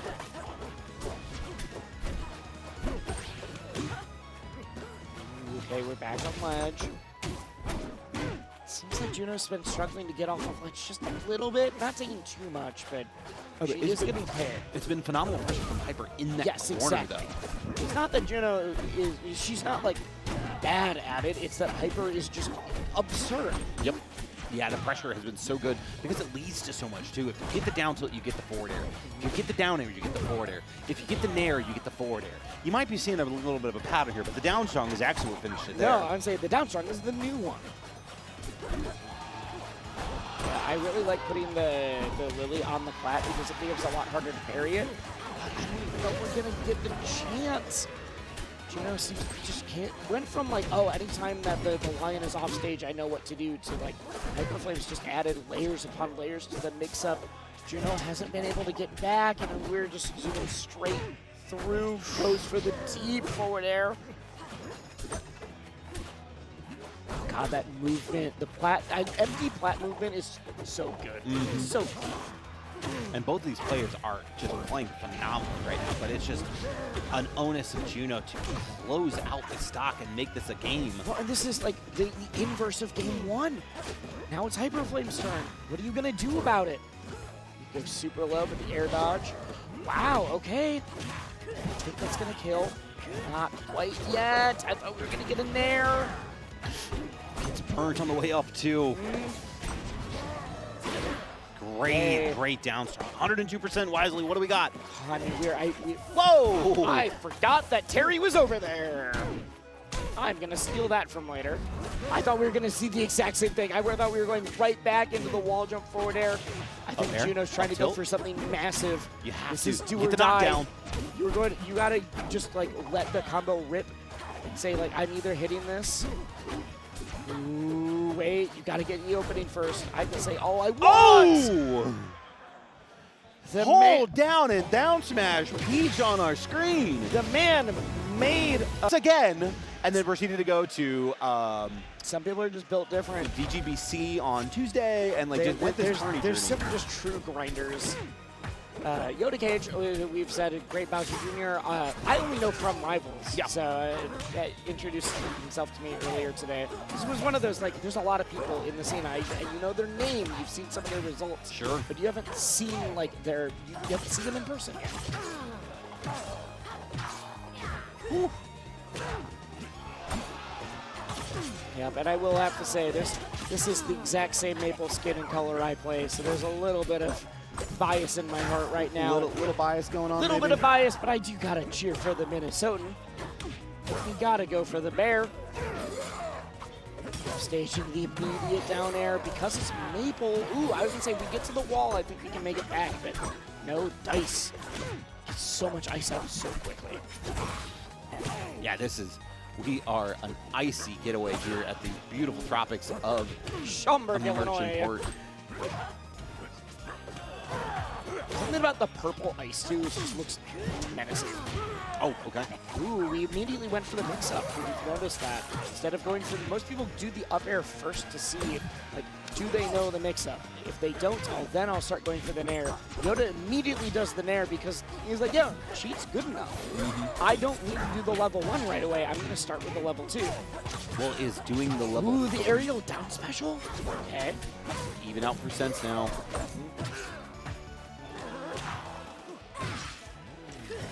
Not dead yet. Gotta do a little bit more than that to kill the bear. Yeah, we're not really close percentage-wise outside of a gimp. That's the thing, though. If Maypul does some, like, gross, like, ledge hang stuff, or not ledge hang, wall hang stuff, you can just make both bears' life hell. Yep. But Etalus also just has so many tools. Great grab there. Whoa, that was a surprising loss there. I did not expect him to lose that on the fair. Ooh, big grab. Yeah, that's going to kill. All right. Thing is, at a 111, you're really only one neutral opening away from just losing your stock here. See if we get it. That was not the neutral opening I was expecting, but we get there anyways. And we get the stock from it, too. 0-0, storm clouds in the sky. Yep. The grape soda ice covering the stage. Are you more of a Fanta or a Welch's guy? I'm not a huge fan of grape soda in general, actually. Really? Yeah, something about the artificial grape just has never done it for me. Ooh, But navigating with that back air now. This has been really a lot of what Cheat's looking for, is the nair and the back air, right? Those are probably the best two options to kind of move around the stage with. Does get the down air there and the forward smash. Yep. Gets the sour, but gets the sweet. There we go, baby. Sweet, sour, we got the purple soda. It's all good. Cheat takes game 1. Chopping down the ice, chopping down the competition. Cheat 1 game away from winners top 24 tomorrow. They're going to ban Hadojo, going to ban Jules Veil. I would imagine Fire maybe just gets the big stage. I'm so smart. You're so good. I love those moments. You're intelligent. Redeem us being on the mic when we're not very good at the game. I made this wave. I need to keep iterating this. Okay. I am okay. All right. We are okay at the game. I was also the what is the polar bear doing in Arlington? Except this is what is the commentator and YouTuber doing in Wave 2? Content creator. Yep.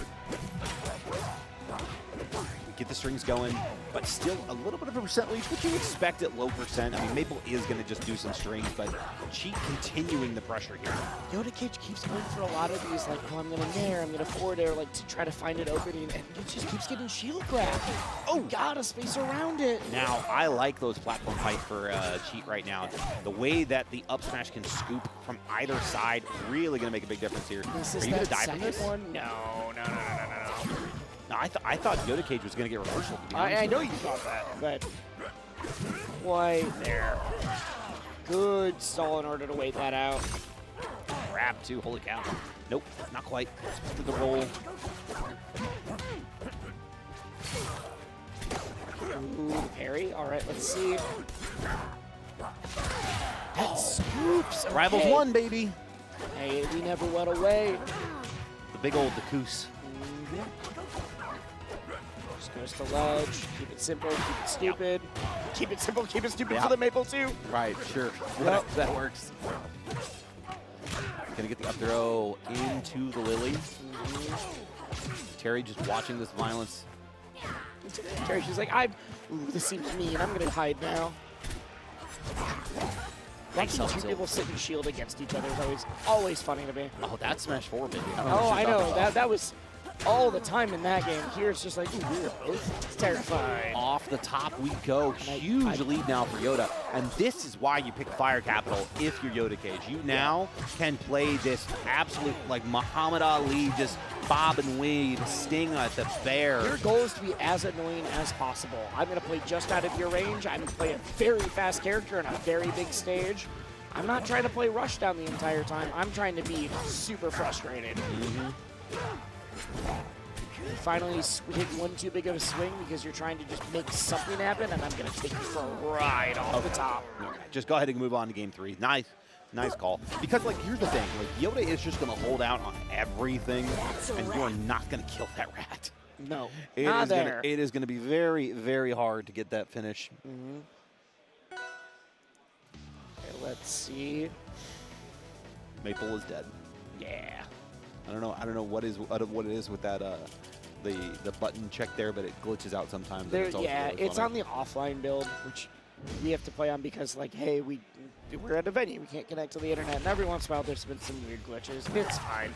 So Frozen Fortress here. Or is it I am Hyperbarian Harbor? excuse me. Hyperbarian Harbor. Honestly, I could totally see them making a Frozen Fortress skin for this. I hope they don't, because that means that we're gonna have to play on the stage more. Yeah, correct. But let's see, I don't know enough about the Etalus meta right now to quite know why we went here. Well, I imagine it's the fact that you've got the hollow floors, right? I mean, oh, Etalus can scoop people with up air through the floor. Well, not just that, but the recovery options too. You're no longer beholden to go to ledge. I mean, you've got the recovery options. You also, it's always a little nice to have some added jank. Yes, the sneaky, cheeky up air. That That's was a sneaky, such a cheeky up E. Good call out on the jump. Well, you had done it a couple times in a row, and he said, listen, I can reach you up here. You realize that, right? I can kill you for doing that. The ledge.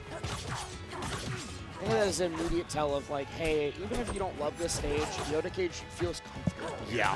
Because people that know how to go from that wall to the ledge easily without always going through or like pausing for a second, that is some like, oh, okay, I gotta respect you on this right now. That's 2 up smashes just barely missing for Cheat. I'm getting a little desperate.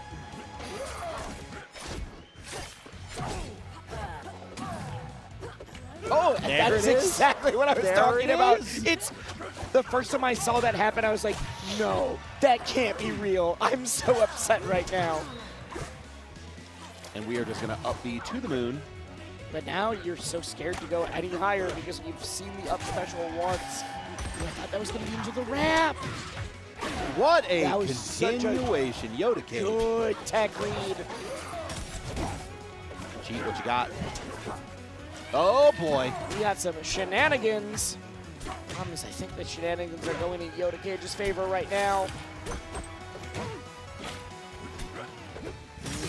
Ooh, the forward tilt actually anti-airs a little bit there.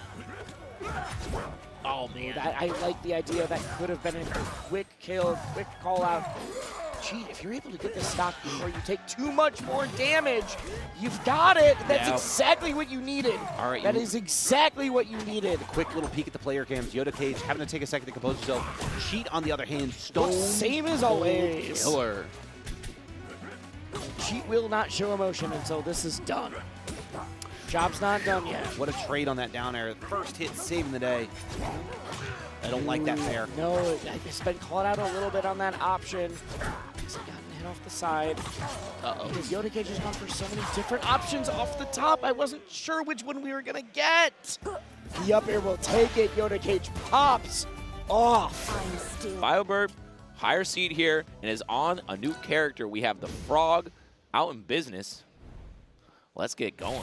Yeah, no, this should be exciting. Starting off game number 1 here, good old Godai Delta. We're going to see how things work out for Vibe. I'm curious to see, because, right, obviously you were saying that BioBirb is going to be the higher seed here, and now rocking the Frog. I think a lot of people think the Frog is really strong right now, and I'm inclined to agree. I mean, look at the conversions you're able to get off these single hit darts, right? It's really potent. Yeah, but these single hit confirms from Vibe have been looking so good as well. Going for that double up B into the bubble, always the way to get that damage going. Now, see how the edge guard looks. A little bit of a misstep there, but still going to be turned around on it now. This is the Bio Show. Okay.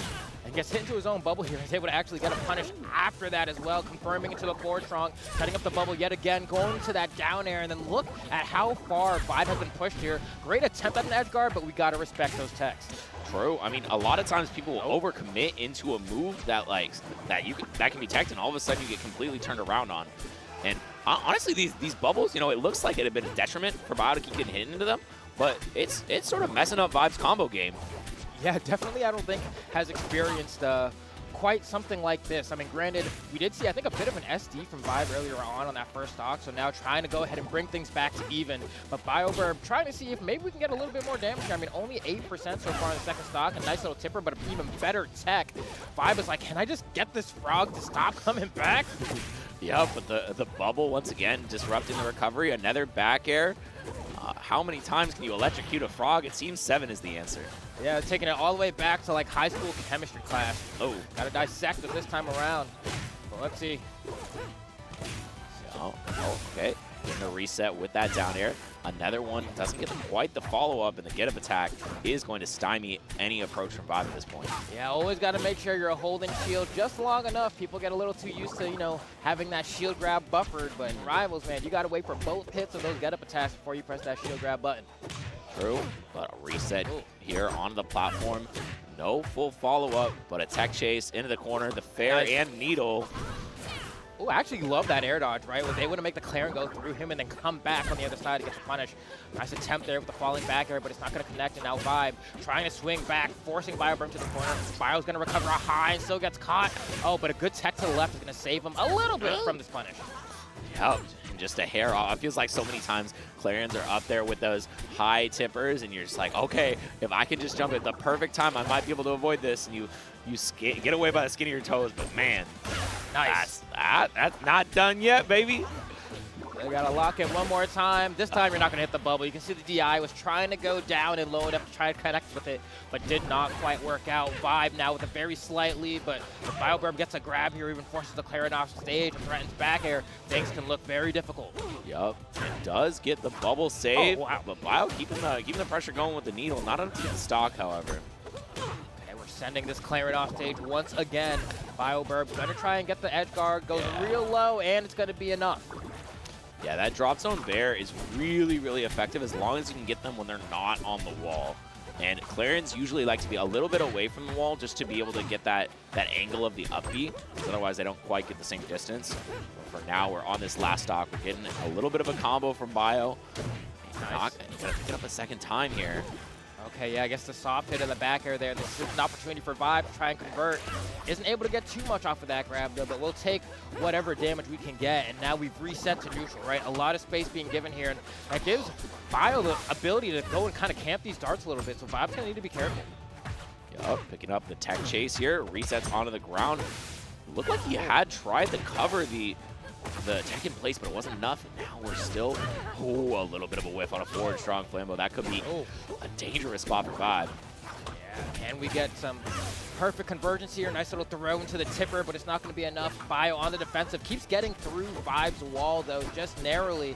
But can we get a little bit more tech on the platform? Into the bubble. We're still getting a conversion, but the tipper is what we need right now to secure this knockout. Yeah, need it. I mean, that's one way of sending you way off stage. Resets with the bubble, but does not get the tech chase. And now Vibe stuck on the platform and slice and dice. We find the first game for BioBirb on that frog. Yeah, man, just to get that up strong, slice him right down the middle. And I mean, that's one of the scary things about Ranno, right? He gets you on the platform, always has the ability to threaten with that up strong. Honestly, extremely close game one, though, right? Vibe was like right there. I felt like it really came down to how easy are you able to find these conversions into stocks. There was a lot of extended edge guards that didn't lead to knockouts. And it's like, all right, cool, like you're getting all this damage, but we need But this where's to, the stock, yeah, man? Where's the stock? We need those tipper up airs. We need, you know, maybe a tipper down air off the stage, tipper back air, something. It's just like it wasn't quite connecting when it needed to. Yeah, and I do want to note there was that, you know, kind of an SD at the beginning of the game. Yes. So, and we were still on last stock, last hit, so that might have just been the differentiating factor. However, Nice. now we see Vibe getting a little bit of a combo going. Bio answering back just in kind. Looking for the tech chase, but a mite off on that dash up grab, and now a double needle. Oh man, the needle conversions are so crazy here. Yeah, you got to make sure you're ready to floor hug those darts, because otherwise you'll find yourself in a situation where it's like, dang, I really just got scooped up into a grab. And you see, again, right? Throw one. Heck, I'll throw two. It auto cancels when I get down. Man, stuck in the bubble. Just gets a couple hits on it. Nothing big, but also enough to send you way off stage with that nair. This is not where you want to be, but actually the bubble, once again, being the detriment of Bio. Oh, this fair angle is crazy.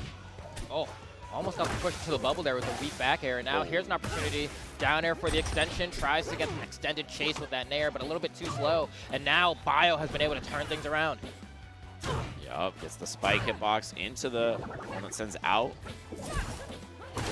And Wow. Yeah, clinical by Bio, looking really strong at this point in time. And just throwing the bubble out is just like, all right, let's put something out here. Yeah, at the end of the day, you know, just having the bubble out at all generally tends to favor Ranno than his opponent. So sometimes it's just like, yeah, I'll just have it out there, move it around. Here we go, another bubble summon as well. You can even see Vibe tries to get over there and punish it in time. Could not do it before Bio was able to get shield up. Yeah, and tech chasing once again. Oh, dangerous spot here. All right, not going to be getting hit with the reverse of the bear. Nice. And this is a pretty clean conversion there. Vibe going to end up right at just 28%. Nothing too big. Nothing to worry about. Yeah, at the end of the day, Bio will always be able to have throw into Tipper as a pretty scary option that Bio's going to have to deal with. But on the other side of things, I mean, look at this chase, right? From side to side, a little early up special here. Go ahead, ooh, the conversion as well off the Tipper stun. And we almost had Vibe cooking a little bit of something there. Yeah, I mean, he has evened up the percent very close. Now, all he needs is a nice little edge guard sequence, and it might be able to get the stock. But that extendo tongue reaching all the way across the stage. Yeah, just really, really putting it out there. Command grab reaching all the way. Here we go, grab into the Tipper yet again. But still just barely not enough here. But I mean, only around 99%. Would have been kind of wild if it had knocked out, truth be told. Yeah, this is the big go die blast zones that mean it takes a lot longer for those to finish it off. But I mean, still a Tipper off the top, and now a Vibe first lead of the set. Let's see what he can do with it. I'm liking what I'm seeing here. Vibe looking like a very strong spot here to secure this game number 2. I love the retaliation at the corner. Almost gets the conversion into that neutral special, though. Vibe still has advantage the down air. Good DI from BioBirb to be able to tech into the stage, but not going to be able to get out of that one. And that's going to be game 2 going the way of Vibe on Clairen. Yeah, that's exactly what we were talking about earlier with the early down air tippers. If you can get that off the stage far enough. Brutal. Yeah. I mean, he just carried him out there. It wasn't even like he hit it raw. Bio got confirmed into that. That was a nair. It was a nair into dare. What do you even do? Yeah, especially once you, because I feel like in game 1, Vi was kind of struggling a little bit to get those tippers off of nair, right? He was connecting the nairs, but not getting the tipper on the end hitbox there, and because of that, not being able to convert to some of the more fun things that Clairen can do. But you can see once you are able to get it, it's real rough for you. Yup. And we see a big tech chase sequence, but it's like 30% for all of that work, while 30% is answered back by just like a couple little strings coming out of Vibe. Oh. So it looks like for game number 3, BioBirb has decided, all right, we're going to Air Armada. What do you think about that? I like the stage versus Clairen a lot of times. You know, it's nice without her having a good wall to go back to. Her edge guard, the edge guarding on her gets a lot more simple. She's forced into situations where she has to go high, and you know, I mean, Ranno is a character that can certainly take advantage of that. That's the secret demon tech right there. I don't know if you saw he did an instant ledge jump into the tongue, but it's the grounded tongue, so it goes super far. A lot of people aren't expecting it. Didn't hit though. Okay, hold on, and that's gonna be the stock. Those tippers once again. So brutal, and you can see the way Vibe sets up that spacing. You have to burn the up special and land on stage, which gives BioBirb a chance to go off, get that grab, and convert into the forward air. And just like that, we have ourselves an even game. Yes, sirree. Okay, looking here, with just a couple needles. Bio, he a bit of a camper. He likes to sit back and make sure his opponents are poisoned up, and whenever they throw out a move, there's attacks. Yeah, no, it makes sense, right? I mean, especially the current version of Ranno, if you really want to play a little bit more of a laid-back style where you're throwing out these darts and then saying, all right, I got a few stacks of poison, maybe I'll start fishing for a command grab now. It's very potent. It's hard to catch this frog. He's so fast. Yeah, okay, nice. But once you catch him, you can really capitalize on that. We see the bears, and up till covering that attempted edge cancel. Now Vibe once again with a pretty decent lead and might get a kill here off that forward strong, just barely staying alive, but for how long?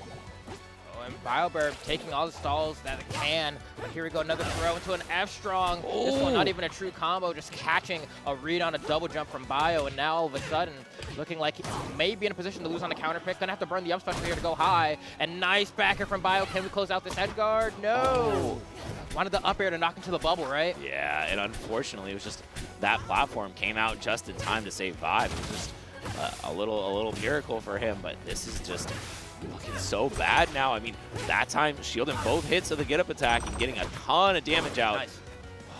Okay, nice little quick retaliation coming up from Bio. We need an edge guard here. No, that forward air is actually just strong enough. That's Ranno for you. Going ahead and just slapping him with the web toes, and now all of a sudden it's looking bad for Bio, getting caught, comboed into his own bubble, and the forward air with the tipper is gonna be enough. Vibe securing game number 3, defeating BioBirb on the counter pick. And look at him with a little mini head bump in the player cam. He's vibing here. He's looking hot, and I think we might see a different stage pick because okay, all right. Got the Wrastor We see a different character pick. That's the diff. Okay, and we're going right back to Air Armada, and I get it. I mean, when you're at this point, right, you're in top 24, winner's side, you're trying to push on even further on the winner's side of bracket, make your way into top 8, and you're down this much, and you have a character that you've put a lot more time into.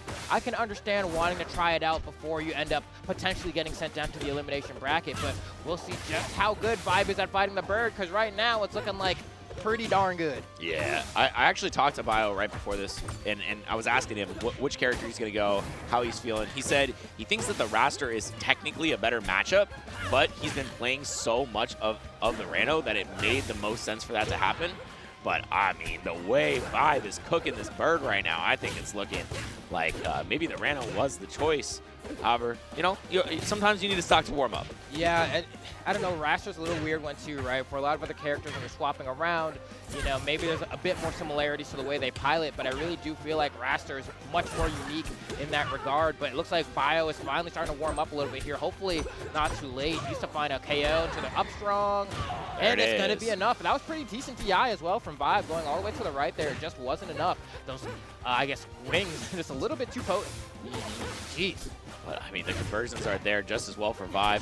Let's see how Bio is going to fight back into this. Oh. No, I mean, it's just the Vibe show right now. Another tipper in the corner. So good at confirming those, and just a little charge. It is enough off the top. And they are just answering back left and right, beating the brakes off each other. Oh, man. Now this is looking real rough here for BioBirb. Already started down to a deficit pretty quickly, and getting chain tippered by forward airs and back airs across the stage really consistently. Here's an opportunity. Can we get a quick cheesy one off stage? Nice punish on the side special. Forces Vibe to go high, and the up side special as well can get caught. Yes. Oh, that up front could have been huge for Bio. Yeah. Needs something big here. Tries to go for the check chase. Knew he was going left, but wasn't in time to catch it. And now his Vibe is great DI. Yeah, not getting caught by anything. Oh, and a missed hack stash here. Actually very important for Bio. Could have gotten the edge guard right there. And now a little desperation. Oh. Bio's trying to get around the early up special, gets caught on the air dodge, tries to charge neutral special and aim it up to catch Bio. It's not enough, but Bio is panicking, throwing out these up specials, trying to find a way back onto the stage. Now has control of center, but is down an entire stock.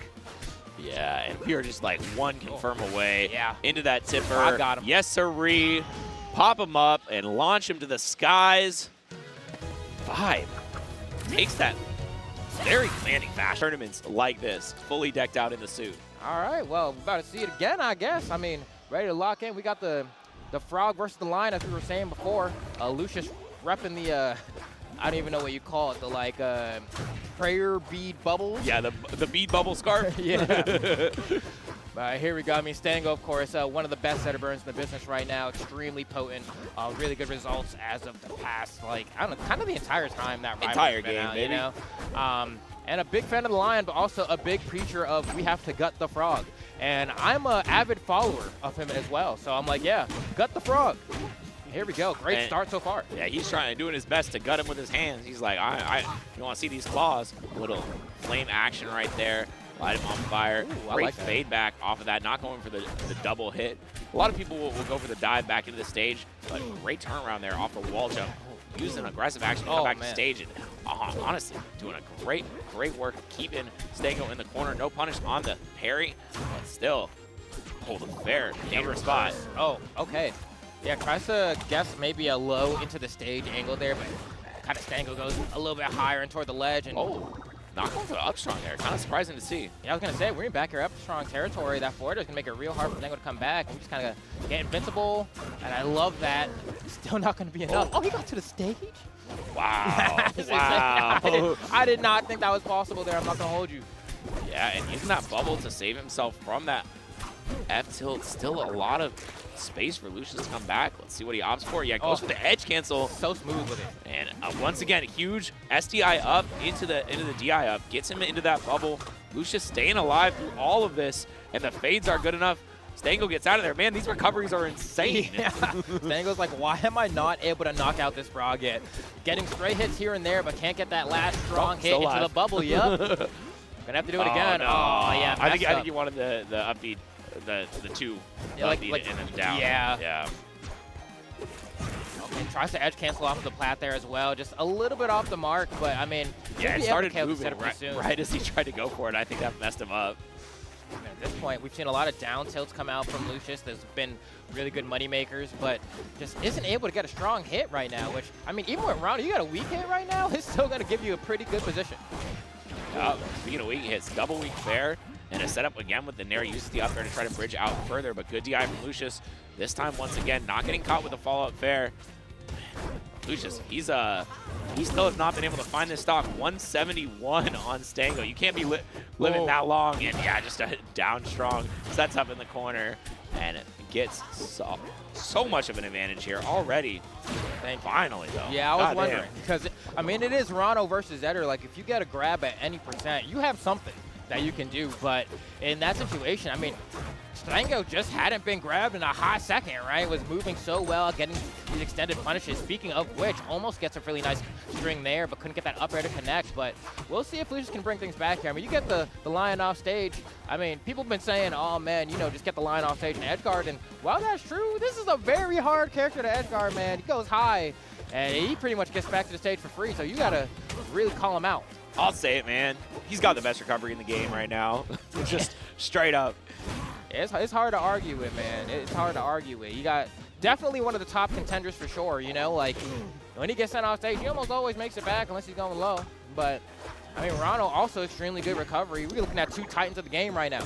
Yeah, pretty much no weaknesses on both of these characters, and a little bit of a pop-up. I love that spin on the up B. Every time it hits is so funny. But all right, setting up with the jabs. No jab cancel this time. And that tilt not in the right place. Able to get out of there. Once again, Lucius's evasion in the corner has been so good, but I feel like the fact that Stango has just won so many more neutral interactions has made it tough. Yeah, and Lucius isn't able to grab him either, you know? Like, the last grab I think Lucius got was that last one that took the last stock, and ever since then, kind of struggling to get Stango in the neutral game here, and that's going to be a conversion into a sweet spot fair. And No Stango bubble to save you now.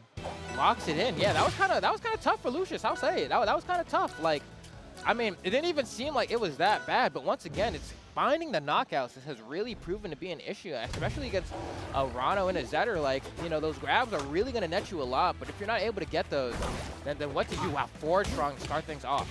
And he just floor hug grabs it like, like who cares? You forward strong me. Here's a lesson. I'm ready to smack this left stick down. Oh, tipping me up, you're gone. Fair. Yeah, I mean, people love this stage. I feel like this is one of the most like, oh, this is my best stage for 5, 6 separate characters, and Ranno is definitely one of those. But when you get double fair by Zetterburn in the corner of the stage, yeah, it's over. Stocks fly so early, right? And on top of that too, like there are some moves in this game that have really high base knockback. On a stage like Rockwall, you're going to really feel why. Oh, he messed that up. That conversion was definitely the one to go for. Just didn't put the up strong in the right spot. But here we go. This is another conversion. And this is the thing about Zetterburn, right? You're looking at these combos, and you're thinking it's going to end like 2 minutes ago. And then he always has another way to mix and keep the extension going. Speaking of which, you're gone. Another parry. Stango, thrown 3 parries out the entire set, and 2 of them have hit and netted a kill. Oh no, the future combo already burned up by that Firefox essentially. And oh man.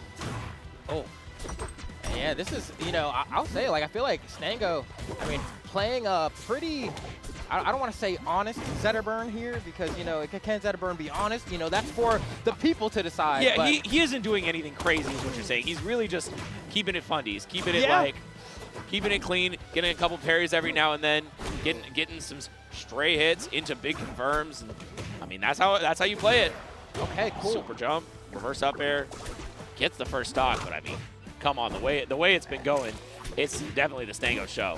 Oh, and that's going to be the game there, the confirm into the up strong. Stango taking game number 2 in pretty convincing fashion as well. But yeah, I mean, like, when people like to complain about Zetterburn, often they say, like, he just starts hitting buttons on my shield and I can't do anything about it. And when. And I'm like, yeah, I get it. You know, have you tried the parry button, blah, blah, blah. But also, Stango's not doing none of that. You know what I mean? Like, he's really just kind of running them down, saying, oh, you're trying to floor hug here? All right, bet. I'm going to counter that with Gatling conversions, right? Going right into up strong. Okay, cool. Now I can get a juggle off of this.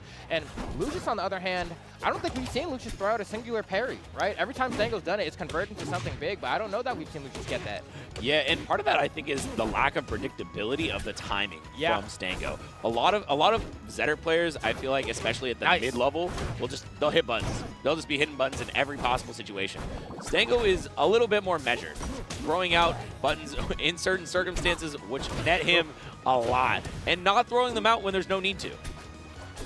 Yeah, he thinks about what button he's pressing at any single moment, right? It's not just, I'm going to overwhelm you with the pressure that I can do. It's I'm going to overwhelm you with my decision-making in conjunction with the fact that my character has some really good buttons. And there we go again. All these options that just so consistently beat floor hugging. And it's like, oh my gosh. And, Stango's so disgusting. He's so good at that. He's like so good at that one specifically, yeah. I've seen him hit that so many times. Yeah, I know. I feel like none of the other Zetters, they've been doing that. Yeah, that's one of the things that sets them apart. It's just the extra decision making on top of that is figuring out when to go for these conversions. And whoa, okay. Yeah, a little feisty with the recovery there, but still up a whole stock. Yeah, that was an interesting one for sure. But I mean, as you said, right, such a surmountable lead for Stango at this point. Lucius just trying to answer back here, an opportunity for an edge guard. And I actually love this, right? Goes for the down air so you don't hit Stango into the wall, and then tries to spike him. It's not enough because the percent's too low, but you can clearly see the thought process behind the decision-making tree. Yeah, I mean, it's really something where you have to... Oh my god. Reverse. There's always an option to mix your DI with this character, man. A lot of people would have just gone for the up strong there. Stango's like, no, you're going to predict that. And, into the down air. Resets on ledge and a little spike action. There we go. The shine is here. And insane, and then you're just like looking at tiers amongst the insane, right? So it's like, Maypul's extremely good, but then you look at someone like Ranno or Zetterburn, and they're like, okay, it feels like they're a decent cut above. And then you have a character like Fleet, who also a really good character, but there's just some that people believe are just better. I don't know you were a Dota gamer. Oh, I mean, I play everything, Jett. Fair enough.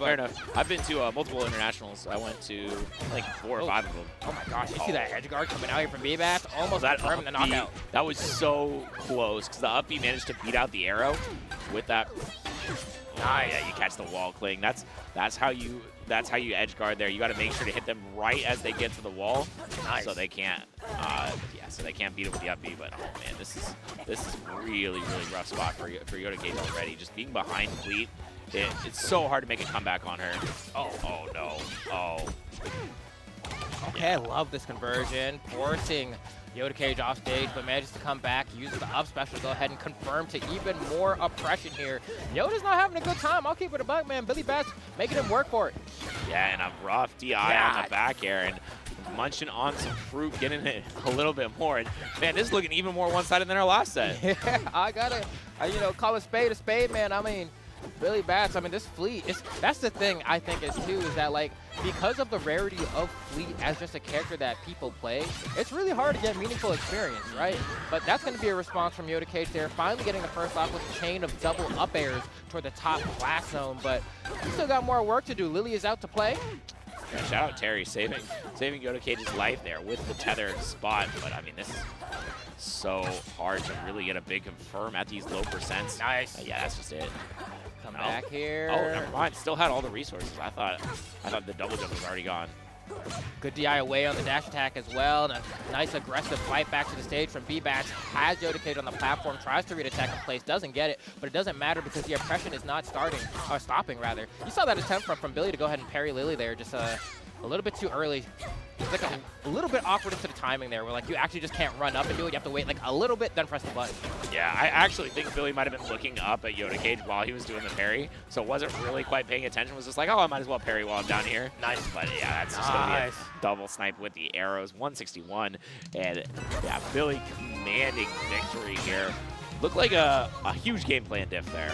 Yeah, no, definitely. I mean, one of these looks like there is absolutely a plan, and then the other one is, how do I deal with this, right? Yeah. That's what we're kind of watching in real time, where it seems like Billy has a very clear idea of how he'd like to approach this matchup.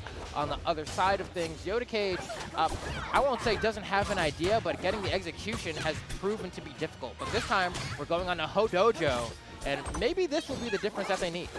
Yeah, I think Yoda Cage was kind of planning to not lose that last game. Yeah. After you get behind that far, it's hard to like set your game plan up and be focused on that. Oh, but now, I mean, I think while you're a little bit up, Yoda has been quite good. I'm gonna throw him off stage. Hold on, get him. Side special converting to dash attack there, but once again, great DI from Bbatts on a lot of these dash attacks, making it really difficult for Yoda Cage to follow up. Yeah, and a lot of going for these early tether confirms, ones that are not true at all, and hoping that Bbatts is going to hit the wrong button at the wrong time and potentially die for it. Oh, so low. Yeah, that's a roll up. Looking like Sova from Valorant there. Oh, man. I am the hunter! And just getting up really twice play all back to back. games, huh? I really do. Ooh, and the nair, that's going to be enough. Great Let's get it. confirm. I would love to see it. That one, I think That one's true. Yeah. That one's true. Let's see here. What's the answer here going to be from Bbatts? How you going to respond? So far, Hodoji working out. But, man, Yoda Cage gets off stage and just Legolas comes out in full effect. Bro, he is, once again, just setting up with that and not even able to stop the up B. Sometimes that's such an aggressive comeback on the stage ops and you're just, like, not prepared for it. And great down. Oh, my gosh. All right, good defense here from Yoda Cage. Oh, man, just playing this entire game off stage, right? You can see Bbatts really adept at just edge guarding Maypul. Here's another opportunity to show why. Yeah, and he forces the tether and does get out of there and actually returns the Whim Chime, but not able to get the confirm off once again. Billy able to interrupt that combo with the neutral air and great avoidance of the shield drop. Bbatts has been going for a lot of those, but evasion is not enough. You get out of one combo, there's another waiting for you. That's so tough. Yoda Cage was trying everything in his power to avoid getting KO'd off the left side. Ends up getting KO'd off the right. Has to pop this. Yeah, can't really time the parry there as well because Bbatts is there waiting. But here's an opportunity. Has some aggression. We haven't really been able to see it much in terms of edge guards though, right? We'll be able to get Billy off stage sometimes, but can you confirm the knockouts? Tries to go for the forward air there. That's not going to connect. And just like that, it's the Billy show. Yeah, and it's so risky to try to go off stage versus Fleet because if you mess up, suddenly this is happening right now, and you just are not able to come back. Even if you were able to make it there, the arrow was right where you wanted to be. Yoda could not find it, and another two-stock coming out of Bbatts. This is, yeah, like I said, it's the Billy show. Yeah, I mean, he's locked in. You know, I was saying, like, this Fleet is so special. You know, I love when you get to meet a player in a character combination that are like, yeah, this feels like it just clicked, you know what I'm saying? And I feel like Billy is one of those people where it's like, we'll probably be playing Fleet to the end of time, and look at this, right? The counter pick here, a lot of people don't like this stage, and right now I'm like, Yoda Cage, this might hurt you more than it hurts Billy, because Billy has been having a real easy time getting these edge guards, brother. Yeah, you get down there on this stage, bro, 0 to death. Never coming back. An extended one for sure, but 0 to death nonetheless, and Billy still not taking any percent here. Come on, Yoda Cage, touch him. Get your grubby little paws on him. Something. Come on, man. Touch this box. C does not count. Oh no. Okay, here we go. A little scary of a spot there. Tries to go for the forward air snipe. Pretty much gonna need some crazy sequence to even have a chance at coming out. Oh, okay.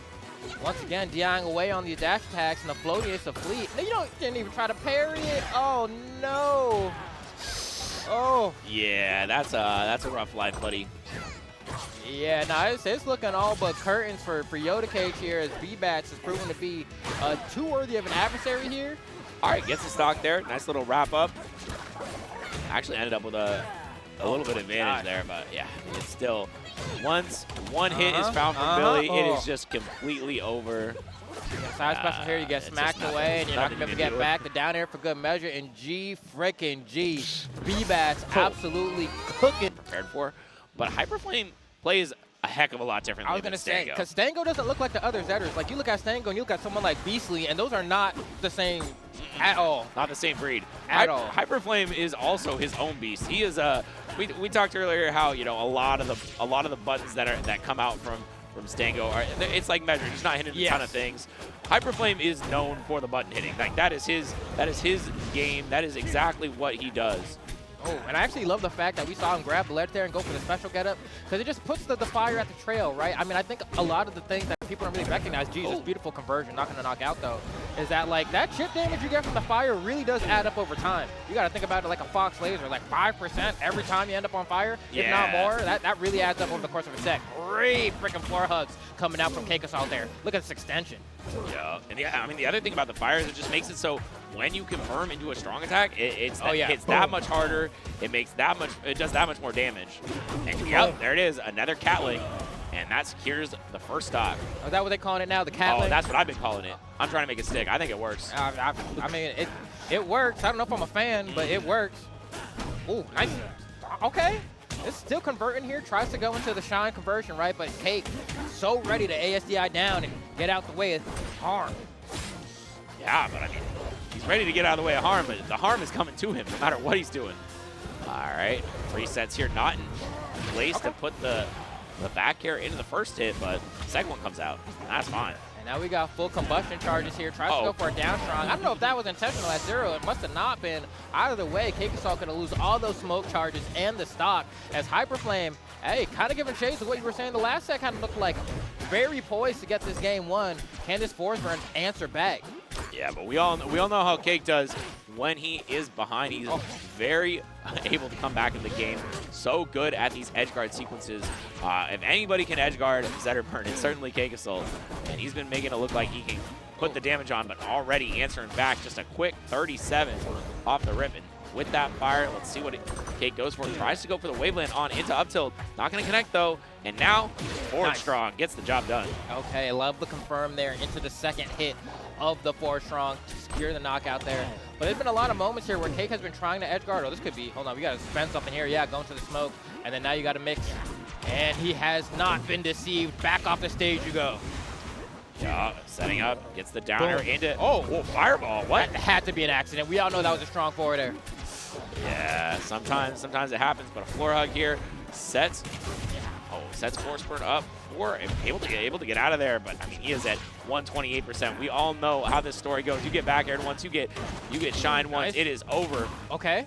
But Cake maybe not giving him that chance. Wait, oh my gosh. He's still going. The ASDI off of that up tilt though. Hold on. Cake might be able to get this edge guard. The downer onto the stage and the down strong as he clutches. Not He's enough. alive. It's not enough. Ain't no way you got this dog. Oh, he misses the down air. Oh, the choke. Hold on. But he just goes for the second hit, and it's enough.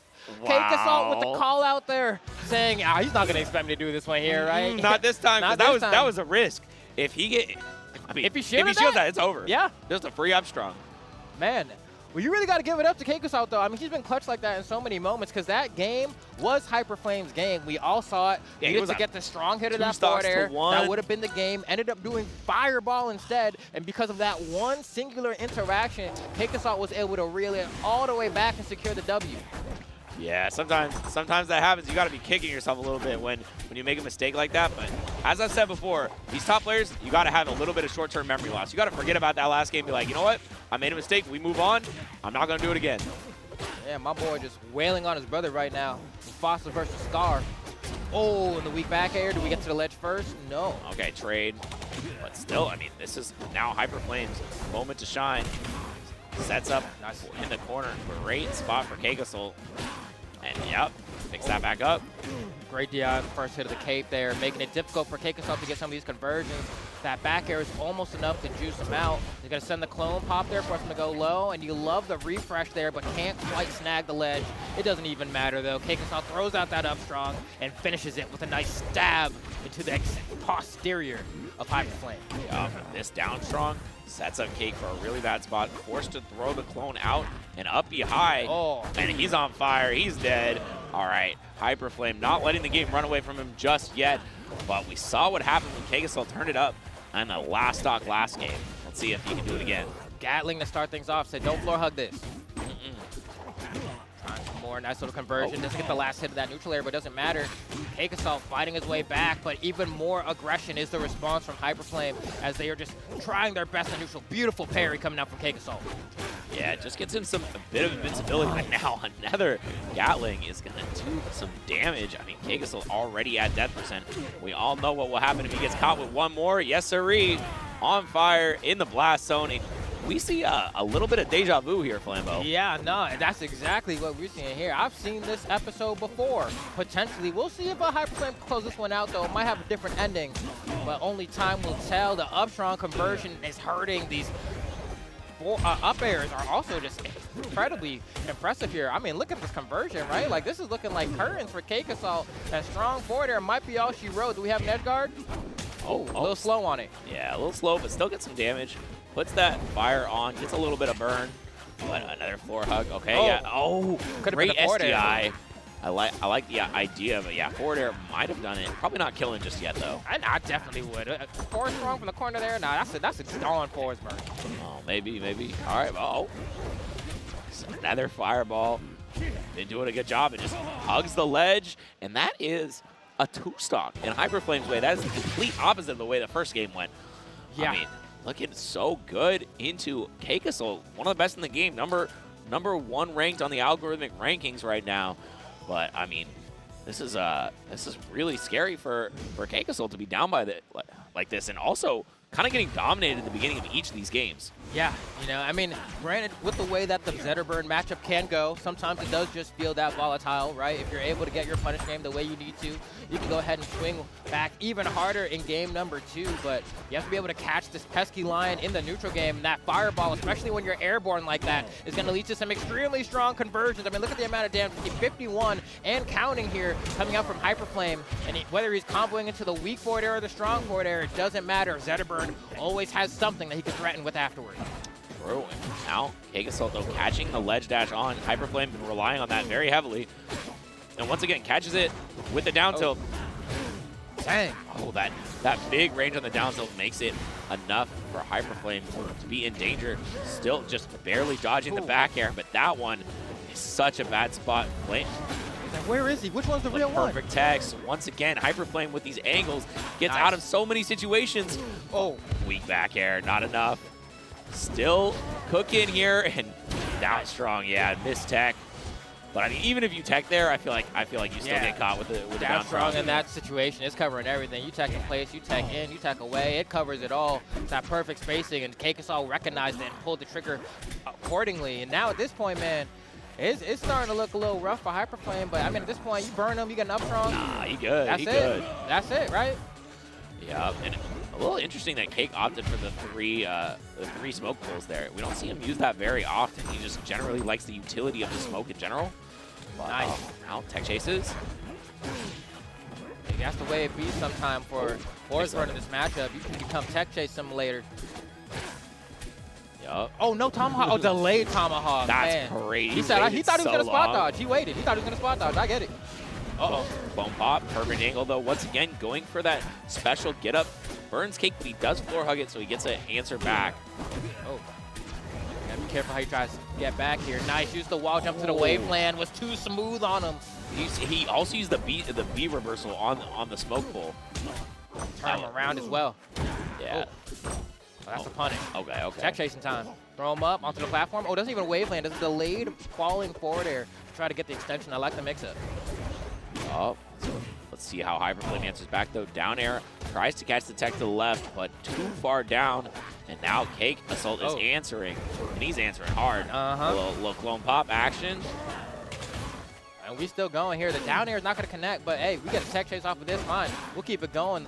Use the first hit of the cape into the strong there, or not strong, the tilt. But now we're kind of dangerous territory here for HyperFlame, man. You down 2 stocks, and you're at 128. That backer is going to be all she wrote. CakeAssault securing game number 3 pretty convincingly on Tempest Peak. Yeah, great counter pick there for Cake. Looked like it worked out really, really well. Wasn't able to. Oh no, they're going to quit the game. What's going on? It's because you can't go back on the PlayStation, right? So they have to go to a stage, press start, and then press exit to get out. Yeah, I think what's happening here is Cake wants to switch characters. Yeah, it's really annoying that you can't just go back. Yeah, it's just the event build is like this, right? Because you could do this, like, obviously if you were playing local with your homies. And it's something that they're gonna fix. I was talking to Dan earlier, and he was like, and I saw something weird. He was like, "Don't even tell me about it. I don't want to report another bug." Okay, we are gonna see Cake stay on the same character. I think he was possibly thinking of switching to Zetterburn, but maybe not. I don't know. He was looking really good on the board for in that game. But it might be like a when is opponent counter picks type beat. Yeah. Nice little snag there. Ooh, goes right into the second hit of the F strong. And nice little great fake out. Yeah. Am I going to the platform? Am I not? You don't know. And that's right. He mixed them. Uh-oh. Huge opportunity for a punish. Goes for the down air. Tries to get a. Oh wait, hold on. I like the extended pressure here for CakeAssault, and another spike. Still going in. He stacks the ledge. Oh, after all of that. Yeah, made the smoke disappear as well, so CakeAssault couldn't refresh. And yet again, another fade back to the ledge. Next time if you do that, CakeAssault probably just gonna grab it from you. Yeah, and HyperFlame has been one of the best I've seen at recoveries. Like, his defensive play is so incredible. Nice. The fact that he survived this many times against the CakeAssault has been crazy. Oh, and Cake, a little bit of deception there. Going through the smoke and getting that up tilt. Gets a small confirm, but not enough to really do anything with so far. Tomahawks, once again, pulling him in with these capes. Looking so clean with it. Sick angle there from HyperFlame. Doesn't really matter though. Again, put into the CakeAssault blender now. And there's the combustion pop on the clone. Yeah, I really like this answer that CakeAssault has for the techs. A lot of times, you know, HyperFlame will just be able to tech to a ledge. Hold on a sec, You see man. how early that? I'm telling you, man. Those Zetterburn claws. He even let me talk about his recoveries because he's just killing Cake. Oh man, this is a fast. Look at how much time we're 40 seconds in the game. We are on the last stock. That's the way that rivals will go, right? I mean, listen, they get right to it, right down to business. Oh, nice. And once again, off the stage, No takes tech. off the grab, refreshes the invulnerability with the teleport, and now Dodges the really clone, bad spot and for techs once HyperFlame, again. jumps over the down special from HyperFlame. You can't get back to the stage. This edge guard sequence is insane. Gonna send the clone at him. No How grab many play. tries? How many tries do you Oh my need to gosh. kill HyperFlame? He's Oh, gone. that's it. Yeah, GG. finally. But that whole sequence, it started at like brutal. 30%. Yeah. You have to go for a lot of up throw, and you can either go for immediate up smash, which like doesn't give you the whole much. I think you have to go for like hip fall back air. You get like generally up throw double back air at kind of like the lower to mid range percent, and then you kind of, I think he does a decent job actually of like edge guarding Ranno. He's able to cover the high options really well, especially if he has magma. You get to do up strongs a lot, but in this matchup, you pretty much have to save your magma exclusively for recovering because you're just gonna get needle forward aired over and over. Yeah, if you are off stage as Lox, you just kind of not have magma, it might be over. Yeah, it is not a good time. But here, you know, you get something, tries to get the tech chase here, goes for a forward air, and you see the DI down and out. Really hard for Lox to do anything about that. And that's why I think like back air is generally the optimal thing to go for. It's actually, I don't know that there's much that he can do about the rapid jab either. I have like tried to lab that, and I'm like, all I can do is like forehug and move away, but punishing it is actually really hard. He just doesn't have a fast enough move. Yep. Like we said though, for recovery, the magma is the option. Finds up throw forward air into the tech chase. Double fair. That's going to be all he's going to be able to get there. Yeah, nice little punish there.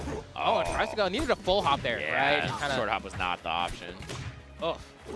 But still getting out of there with that neutral air. I like the option off the ledge. Not something you see super often. And bearing that out. Let's see how he goes for recovery. Just a quick catch on that. I'm surprised that wasn't an up strong there, man. I might have just KO'd the frog outright. Oh, I think he didn't have any magma at that spot, so maybe didn't want to let it rip without that. Ooh, let's see. Okay, yeah. I like it, right? Using the fart there to go ahead and hit that explosive diarrhea into back air combo.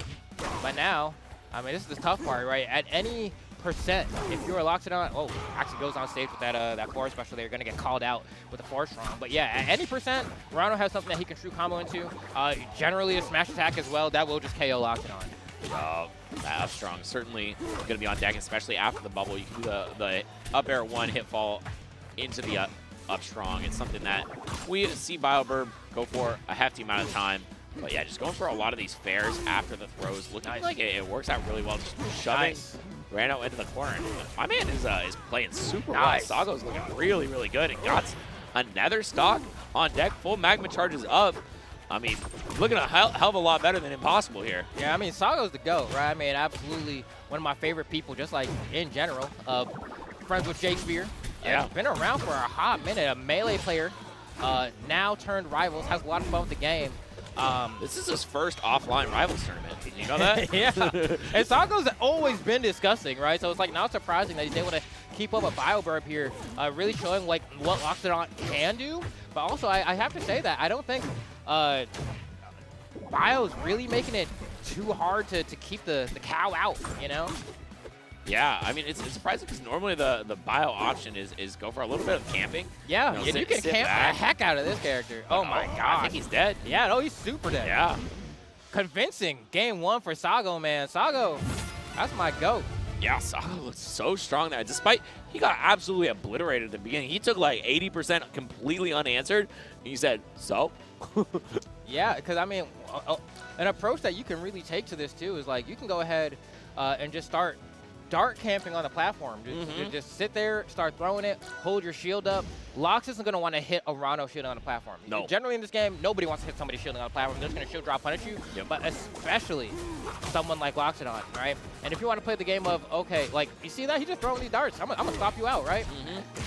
Oh, good use of the dash attack there, the anti-air. You got to be really preemptive with it, though, right? Because it's not a fast move by any means. Yeah, it's the very end hitbox of it that gets that upwards angle. And okay, this is sort of what we expected out from Ranno, just this suffocating pressure when you're in the corner. Let's see. Nice. Okay, Has to use the magma there, gets caught. Now this is a terrifying spot. Goes for the up air, and Ranno was ready for it.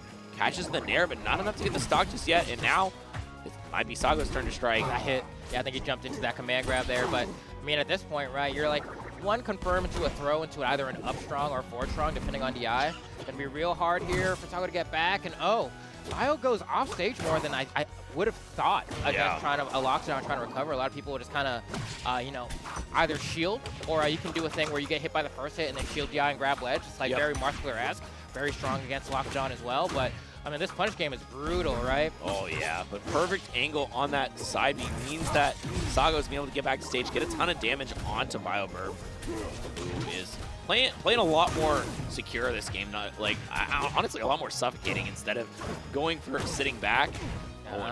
It's the follow-up. Has to spend the magma. But the bubble does give him some brief respite. He's dead, though. Yeah, no magma down there. In the depths, you ain't coming back. Okay, there we go. Nice little convergence right here. And this is what Ranno gets to do. No. Right? And he could have gone for more there as well if he wanted to. Almost got him with the command grab there. Kind of read the side B, but got to give credit to Sago for going low enough and trying to get the turnaround here with the stomp. Yes, that's a lot of damage, but it's not quite the stock just yet. Oh, Sago's so sick. sick. Yeah. And what I love about that sequence there is that you see not only does Sago try to reverse invincibility with the up special, but turns it around to also try to spike BioBirb as well when he's coming back. Yup. All the way off stage, very dangerous spot to be in with no magma to speak of. And BioBirb just opting to get the very top of that up B with a down air. Really nice setup there. And once again, using these diagonal down needles. And it's just so suffocating for Sago to deal with. Oh no, Sago trying to fight out the corner. But once again, just fade back, get that down strong. And the down strong was the name of the game for BioBirb this time. It was, I think, 5 of them hit, sending Sago in horrible angles.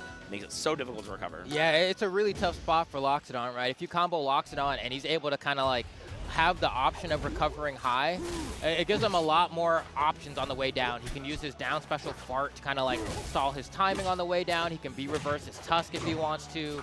You know, you have the option of going for a side special, going low, etc. But if you force him to go low, the moment Loxodont has to side special toward the wall, that is your neon sign to go hit him. Go, go, go. Yeah.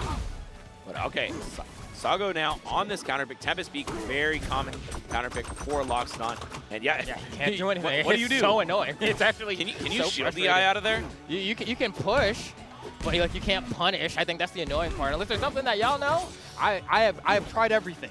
Have you tried shield for long enough to roll behind? Yes. Okay. Just curious. And lag is it's too quick. It's too quick? Okay. And you gotta remember, my fastest move is grab on the ground, dude. Yeah. Oh, man. Already Ranno losing the first stock expeditiously. Still, I mean, this is a tough act to follow after that last good game. Movement, and then gets the chase down to the platform as well. Well, the moment you have to combo into forward air, the answer really is just hold out, right? Yep. And so, like, Blocks isn't going to be able to get much off of that afterward. And so that's like, all right, how do you have to arrange your combo structure in a way where you're never really trying to go into forward air unless you're mixing them up to DIN. Go. Another trade, and that's it. Trade, yeah. That's just hit him on the way with the side B here. Oh, he doesn't even go for the side B. Yeah, there's just nothing you can do. All right, let's see. Oh, nice. He gets a shield grab on the needle there. Yeah, nice. that's crazy. Physical back air as well. Needle's like +0 on shield, I think. That descending one specifically. And I love it again, right? Going for these reverse up specials to try and catch Bio. It hasn't quite worked yet, but I see the vision. Oh, and going for the tech chase as well. Oh, great. DI gets out of there. No follow-up. He manages to up air the meatball back, so no punish. And just back air down strong. Bio loves that combo at early percents. Oh, into the bubble. This is the second of the upper here, but like you can kind of build a bear here with Ranno onto Loxodont, man. I'll keep it a buck. Yeah, Just kind of works. Oh, what the heck? Okay. Sends the wrong direction. Not what Sago was looking for. Now Bio gets out of jail for free and gets a little bit extra. How do you convert to the strong here? Into the up strong? No, I thought he was going to charge an up strong, but instead, trying to convert into something else. Has Sago off stage. Sago gonna have to burn it. Goes for the aggressive response. Good tech, and it doesn't matter. It doesn't matter. I think what Sago could have maybe tried there was a neutral air out of his stun. Yeah, it's like tech instant air. Yeah, but then you have to read the offensive option from BioBirb there, and then you get hit like this, right? It's brutal. 47% off that up air. Great damage so far for Bio. Oh, still trying to keep his pressure in the corner. Oh yeah, he tried to parry. Yeah, and that would have been real bad for Sago there. Sago has him at the low percent. Oh, and he hits the bubble. Wasn't even expecting it, but actually got him out of harm's way. Sago would have punished him otherwise. Is that like an option select? If it hits Sago on the way, it's great. If it doesn't, you're out of there. Yeah, I guess so. I kind of like that. That's because cool. Realistically, what is Lox gonna do that's fast enough to stop that? Bro, you know? Fast and Lox? No, yeah, not in the same sentence. It's not going to happen. Can up strong this? Oh, no, doesn't actually go for it because sometimes you kind of read the platform cancel and then down strong again, right? Like, so brutal. And the reason it works is because since you're Loxodont, right, you're like, you can survive for a while sometimes. Like, he is floaty, so, like, he does just end up getting, like, blown up at, like, 110 by some characters, even 90 from, like, Kragg if you get red on something. But, like, otherwise, you're going to be trying to, like, floor hug pretty much everything you get hit by so you can have a chance to play the game. And so then because you're always holding down in a direction, you get hit by down strong like that and you don't, like, tech it or something, you're not coming back. It's not happening. Yeah, that is a lesson I had to learn while fighting Ranno as well. It's like, I'm just always trying to hold down versus this character, and then suddenly I got hit with a down strong and it just obliterates me. Because you can even see right there, right, the red flash showing you that Sago is trying to floor hug and attack. Gonna be having his either his left stick holding down a lot, or alternatively trying to hit that down button as well. Okay, Dare into Dare. Gets the side B. Still a bad spot for Bio, but misses the wave dash. Oh, that's a horrible spot for Sago now. It just turns all around on the back of a very small air, but okay, I see it. Oh, wow, was able to slide and get the wall jump there as well. Sago not able to cover that. Tries to go for the meatball. But that's the thing. Ranno is so fast that when you press meatball, you're going to get punished like most of the time. It's usually a neon sign for him to either run up, grab you, or to run up dash attack. And it just comes out so fast that it hits both the meatball and you at the same time. Yeah, I like that counterplay from Sago as well. He's going for the spot dodge after the needle on shield as opposed to trying to punish it because he knows that BioBirb has been letting these down strongs rip. Oh, he charged it. And this is the thing, it's never a bad idea to charge a smash attack with Loxodont. Oh, yeah, especially that up strong. Basically no end lag on that one. Yeah, especially the more magma you get. Okay, I was going to say we can get up aired, up strong though. Going to slice Sago down the middle. This might be BioBirb set to take here if Sago can't figure out how to get the KO at this range. Going for up throw isn't going to do much for you, but was able to get the double jab into the back air there. But yeah, you just hit a certain percent range where you're not going to get anything guaranteed off Ranno. You have to start going for down throw and then trying to read off the tech chase option. Yeah, I mean, it's still something. Like, you still have a chance to get the kill. Like, let's see, goes for the fair reset. Let's get the follow-up, and now BioBirb is the one in the driver's seat. And, oh, man, he is a reckless driver for sure. Yeah, this comes down, it's a matchup of punish game, you know, where it's like, you're not going to get many opportunities to meaningfully hit Ranno, so when you do, you got to make the frog regret it. Yup. Oh, try for a second. Hold on, you got the jump there. You can fart. Oh, the fart. I thought fart back air would have probably gotten the stock, but still keeps it going. Yeah, I think the tough part there is actually the routing. I think he needed to burn the fart on after the first forward air and then save the double jump, right? But the moment that you go double jump forward air and then you have to fart from that angle, it's just not going to connect. But, I mean, that being said, he's still in this game and actually ahead this time. Sago. Not for long. Oh, yeah. Yep. Snags the ledge. 100%. Not when you want to be dying as Loxodont. You want to make use of your big body. Okay, it has to back off. I like the fade away, and you see the floor hug there to get the grab, and that should have been your big damn conversion. Went for a down throw. I was actually pretty surprised, but hold on, a lot of pressure here. Gets a reverse nair as well into the backer. Is going to force Bio to recover high, and he doesn't scout it out. He's just waiting. Tries to pick up that magma, gets it a little bit late, but this is a huge opportunity for Sago. Gets the weak hit, not the sweet spot of the up air. If he did, he could have converted into a true combo. Yeah, but Great DI does not get caught with a nice strong attack from Bio, and this read is so good. Sago playing very well with the forward tilt, sending way off stage. Bio, though, somehow managed to snag the ledge, and Sago's off stage. Oh, no. Get out of there. Oh, eject button bad. And this is where things start to feel a little bit desperate, right? You need to go ahead. If I'm Sago, I need a charge of Magma right now. Just one singular charge, and there it is, right? Got it off the side special, and that is your win condition now. You can just let an up strong rip. Hey, listen, you're playing Loxodont. You got to make them respect it. What's your conversion going to be? Are you going to go for something only true? Goes for the forward throw, wants to play the edge guard game. Oh, and he catches And Bio. the KOs. Hey, sometimes you got to throw it out. Okay, okay. You know, it's like, is it good? Not necessarily, but sometimes it's like, hey, It takes away options, right? Yeah, sometimes. Sometimes they just hit it, right? You got to force them to hit it, right? Like, hey, do you think I'm not going to throw it at you? Is like always a viable mix-up. Man, Bio was just in there charging needles, too. Yeah. I was kind of surprised he was, like, so unafraid, and should have been. He should have been way more afraid. Man, Sago definitely clutching that one. That one's looking scary. Honestly, Sago, I feel it's going to sound weird to say, but like I feel like you're playing this Loxodont character a little bit too honestly, bro. Like I don't think I've seen him like just let an up strong rip with Magma just for the sake of it, just to check him. You know what I mean? Definitely a strong option. It's safe as well, right? But now he has 3 charges effectively, right? Just or is that 2? No, he got 2. He got 2 right now. So I mean, listen, you have a really strong resource in your, and he didn't even get that last Magma charge just waiting there on the platform for him. It's sitting there like a gift wrapped for Christmas. Oh, the needle. Forced to burn the eruption there. Oh, the trade working out really well for Bio. Poison stack on there meant the bubble lasted a lot longer. And this stage can be a little bit weird as well because if Ranno wants to run away and needle, oh, there was no way he meant to do that down special, right? But up air, no, tries to go for the forward air instead. The mix-up on the DI. Sago hits him with the up special. Love a good jab grab moment. Oh, and tons of damage here. Oh, the combo was there. Still though, Sago not wanting to give anything away. See how he picks this up. It just rolls up. I can't believe he actually just went straight for ledge there. I mean, hey, Sago's happy to take it. Oh, and tries to go for a meatball there. He gets punished immediately out of shield. And you saw that attempted floor hug as well. Was trying to make sure that didn't knock him off, but gets punished DI-wise. Now, and it's rough. Yeah, this is a tough spot to be in. Drops? That was a beautiful use of Tusk there. Wow, the Waveland onto the platform from disadvantage there. Definitely getting BioBirb out of harm's way. And Sago got to chill with the meatballs in neutral, right? He's getting punished very often for it. But here we go, an opportunity into the Nair. Sends backward, great DI there off the first hit from BioBirb, sent toward the stage. Yeah, both these players have been SDIing through people to get the reverse hits multiple times. We saw Sago do it a lot on the fair. But Beautiful mix there, dude. Oh, a lot of people thought that was going to be a tomahawk, right? But no, not at all. Maybe a Nair even. Sago in a spot here to potentially get BioBirb. This would be an upset considering, as you were saying before, this is Sago's first in-person Rivals tournament here. Yeah, first in-person Rivals tournament, and BioBirb, the number 3 seed at this event, already being upset by Vibe. This would mean he would be knocked out before top 8. Oh, and there's a stomp here. Sago trying to get in. And I'm like, I don't want him to lose the stock with this Magma burning. You know, there you go. Use it to recover.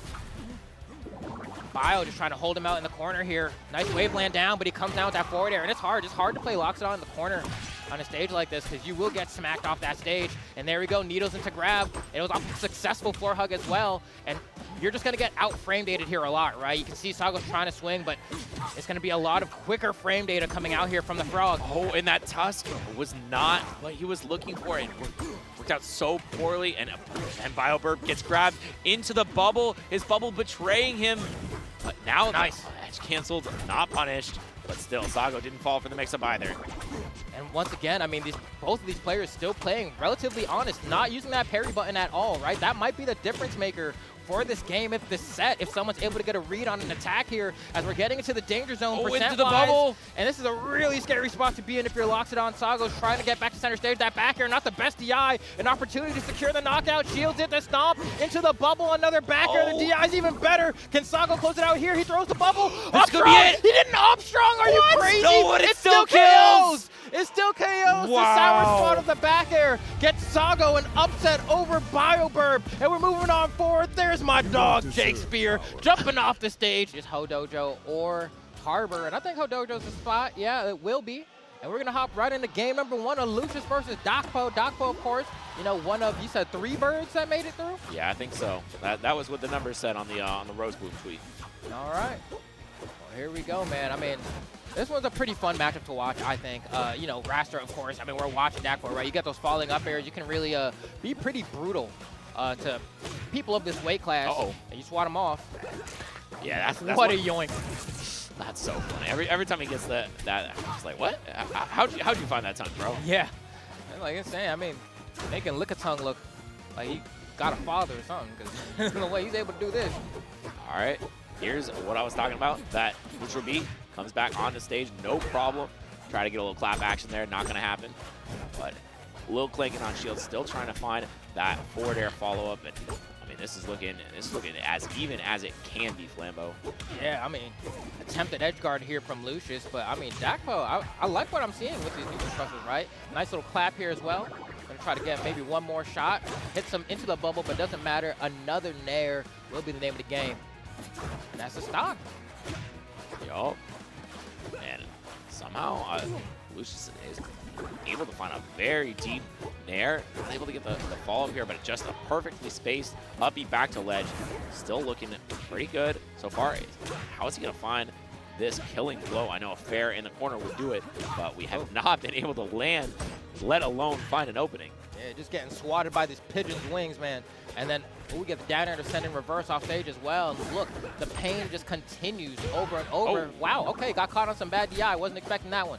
Yup, and I mean, the up air is going to kill a lot more frequently on this bird, given how light and how floaty it is. But I mean, still, not going to be killing at the bottom of the stage that often. Okay, you can see a lot of playing around this platform here. I think Lucius is maybe trying to, play a little bit more of a shield drop game, but Dakpo's not letting it work. Yeah, Dakpo with some good STI on that down air to make sure the follow-up up air isn't there. Yeah, look at those hack stashes you were talking about, right? Bro is ready with it. He's getting invincibility on it, making sure his invincibility is always on deck to get a follow-up. Okay, there's a chase. Up air on the plat as well, and manages to convert to that forward air. If that needle hit, we'd probably see another forward air come out from Lucius, but, forcing Dakpo onto these platforms, gets the reverse forward air. Yep, no strong hit here, though, and yeah, nice. Tries to go for the parry. Was looking for the parry timing on the up B, but this time Dakpo, like I said, man, tornado usage on point. Never seen anybody else do it like him. Yeah, and with the way that you're able to control the height at which Wrastor rises, right, it means it's really tough to get the timing on if you want to even try to parry the tornado. So really just good use. I mean, if you don't have a disjoint, which like a lot of characters in this game don't, right? Really, how are you going to hit them?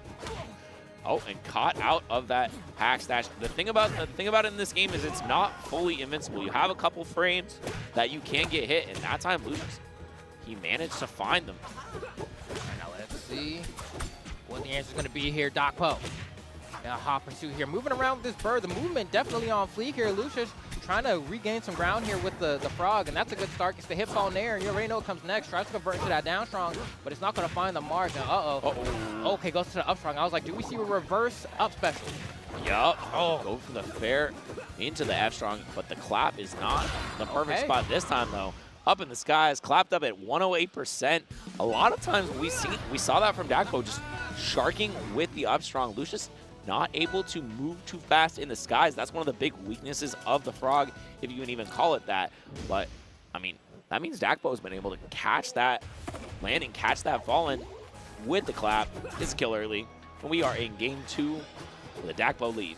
Yeah, I'm honestly a little bit surprised, too, that from Lucius, we haven't seen, like, more attempts to try to either crouch cancel those up airs on the platforms. A lot of the times, you just get sit outright and get sent straight up. And I'm like, I feel like you could maybe do a, a crouch cancel floor hug combo into a slide off or something. But, what a beautiful conversion we have here. And that's going to be a ledge grab and a quick stock for Dakpo. Just making it look so simple, man. Yup. Down there with no jump. Lucius is in danger here. Yeah, and that time we saw it. He missed. No. You hate to see it. And Lucius, not even a minute in, down to the final stock situation. Yeah, down strong and the instant counter attack, but Lucius was ready with the counterplay of his own. Got that floor hug into a reversal, but still, I mean, 102%. Let's see how Lucius finds the stock down 3-1. I mean, he has a ton of ground to make up, and the way Dakpo's been playing, not giving anything away for free. Let's see, wow, beautiful hack dash yet again. Goes for the hip ball back air out of his thumb, but it's not going to be enough because gets a nice little floor hug from Lucius, who's in a hot pursuit here, charging up those darts. And what are you going to do with him? Hold on to him for now. He's holding them, but, I mean, he still has to find something. He can't hold them forever. That might be a 3 stock. Oh, no, not today. Not quite just yet. Yeah, what's the easiest, cheesiest way I can end this game right now? If I hit a 3-stock right now, I can shatter my opponent's mental. You know that's what's going on in Dakpo's head right now, but that 3-stock is not going to happen. A nice little forward there off the platform. Lucius is going to go ahead and secure the first stock, but we got a lot of work to do here. Yeah, up throw into the bubble, gets the fair follow-up. A second one, not enough, not going low like he expected, but Lucius gets a nice tech chase still, though. Just a singular throw and no big follow-up.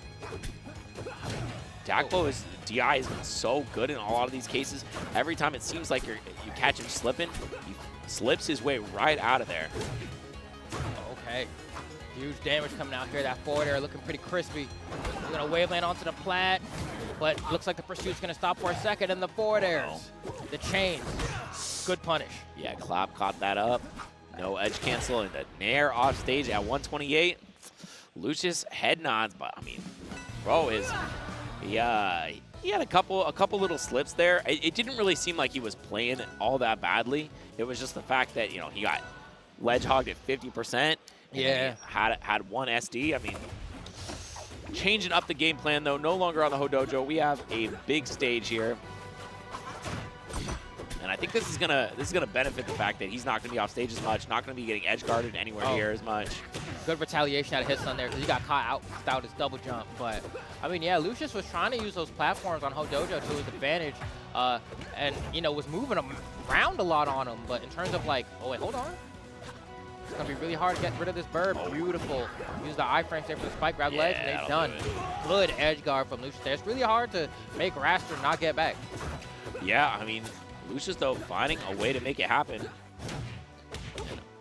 Another setup here in the corner. The hack stash, though, gives the invincibility required to get out of there. Okay. Wow, nice. Use the forward tilt there to go ahead and counter punch, but things are still, I mean, I'm happy for Lucius this time around because this game looks, whoa. He's okay, he's okay. I was just like, bro, where are you going? He took off like a little rocket ship. I thought I was watching Little Einstein. He was just out of there. Bro was all the way up in the sky. Come around here, nice little conversion. Ooh, swings him around. Hits him with a mix-up with the down air there. I thought we might have seen a conversion to a forward strong, but he wanted more. Yeah, I think he was looking for a different DI. Lucius not giving it to him though, but giving him these feet. Another forward air. Quite the reversal of fates from the last game, Flambeau. Yeah. What do you think has changed? I think it's the space, right? Like Fire Capital is just such a massive stage. I mean, beautiful upstrong coming out from Lucius, but yeah, I mean, you give Ranno more stage to, you know, work with, play with, run away and charge needles if I want to. And look, he's getting so good at just crouch canceling these hits. And now we're seeing more forward tilts coming out from Lucius or Dakpo as a response, right? Because he's like, I don't want you to sit there and hold down on every attack I do toward you. So let me smack you with this forward tilt a little bit. Oh, picks up a little bit more damage here, but Lucius has been losing a lot of ground on this stock so far. Nice, didn't sweet spot. Yeah, there, this time around. And the quickness in which, right? You don't even know when he's going to swing because he's just doing so much movement in such a little amount of time that it's a little bit intimidating, but great defense from Lucius to not break under the pressure. Yeah, the mix-up in the corner there with Dakpo, whether he's going to come on with an aerial, whether he's going to wave land on, or hack stash off. Wow. And suddenly we're on last stock despite Lucius' big advantage. We're going to need to make sure that he secures the stock soon. Otherwise, it might be Dakpo with a dirty 30. Oh, yeah, mistake. Okay, yeah. Well, I mean, we'll take, you know, some SDs. Why not? I mean, you know, he was way ahead in that game. It wasn't like it was handed to him for free. Yeah.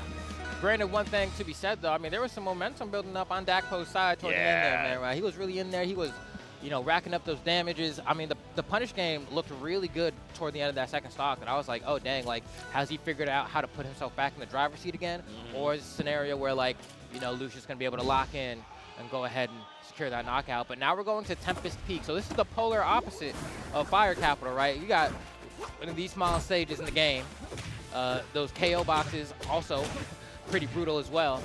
And so it means you got to scrap more against this Wrastor. And look what happens. He's up air, up air, up air, right? He is stringing these boys together into the nice little round of applause for a nice 76%.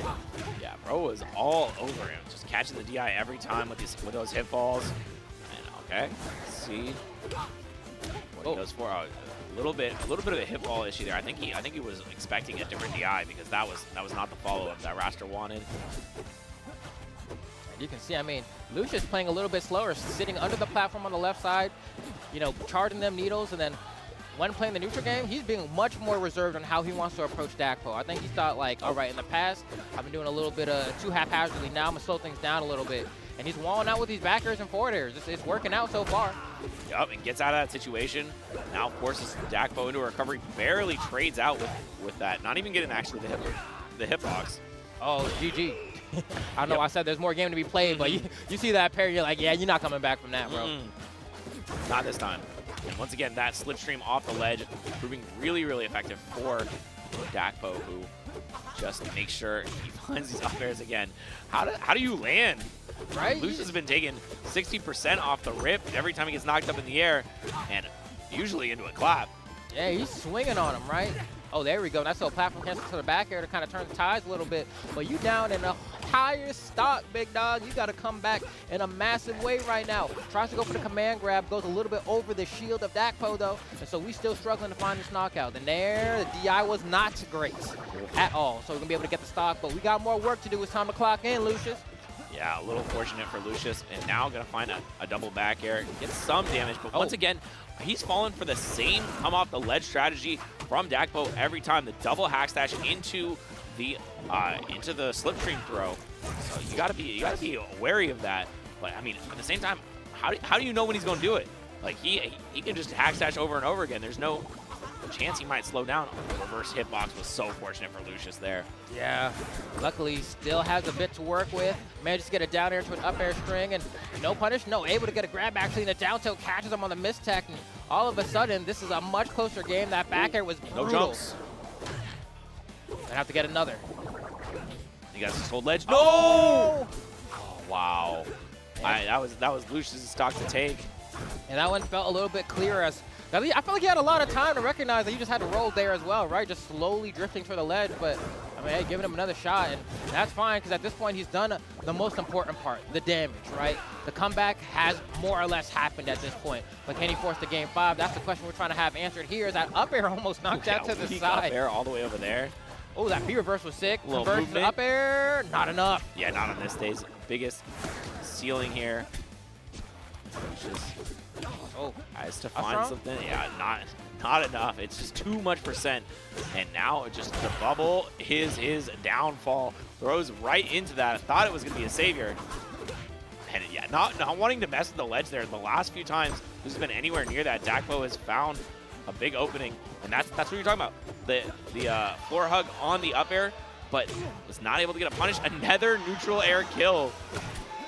Yeah, that's been the name of the game for Lucius thus far. Hasn't been able to get much as far as like confirms go. It's just been stray hit, extremely long, juicy, active aerial has been getting the knockout. But here we go, conversion to a down strong.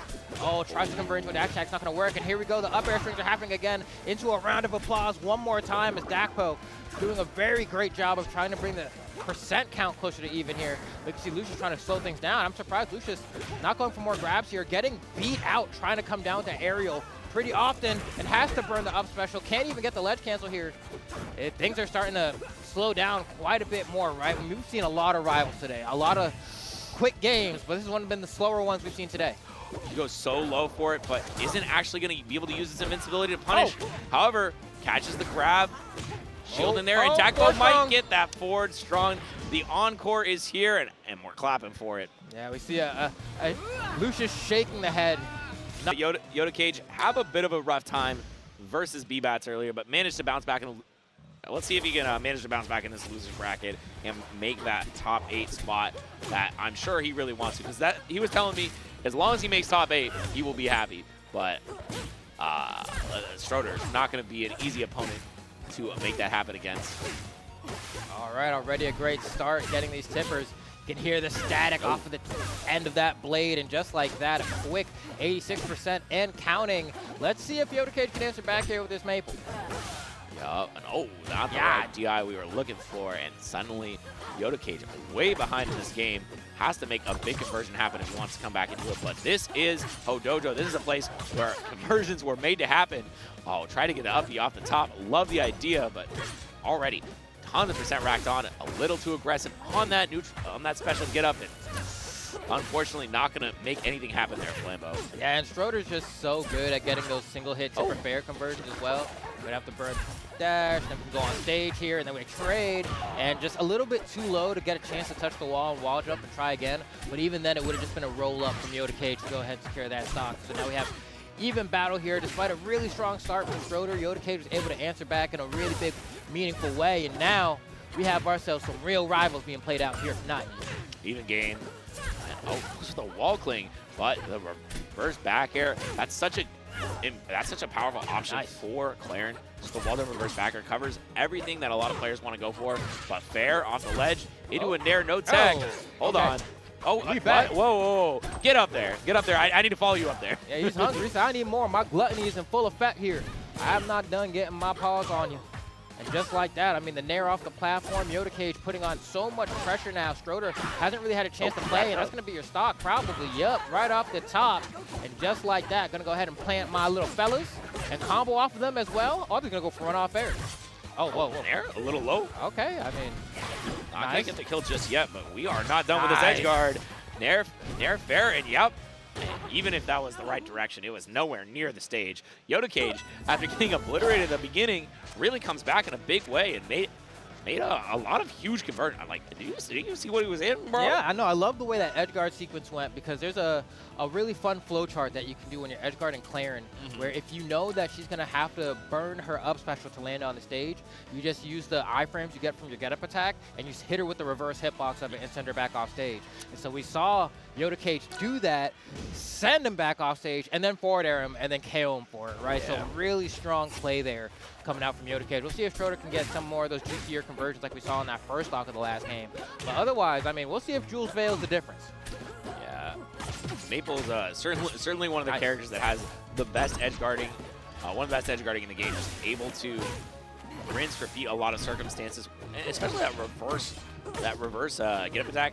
That is a great option to cover, especially Clairen's recovery. Now let's see what they're going to opt for. Nair is tech this time, but keeping the combo going with an up air into up tilt. Tech chase, back throw, not the right DI. And tech in that, but a scary spot. Yeah, and we saw the immediate ledge grab as well from Stroder to try to put Yoda Cage in an even scarier spot, but just the percent not allowing for that to be anything. And now Stroder on the defensive here, has to get back on the stage. Could have been a scenario where we saw that reverse get-up attack, but instead it's going to be a punish for Stroder and a conversion to the tipper up air to go ahead and secure that first stock off of Yoda Cage. Yeah, pillar combos for Clairen.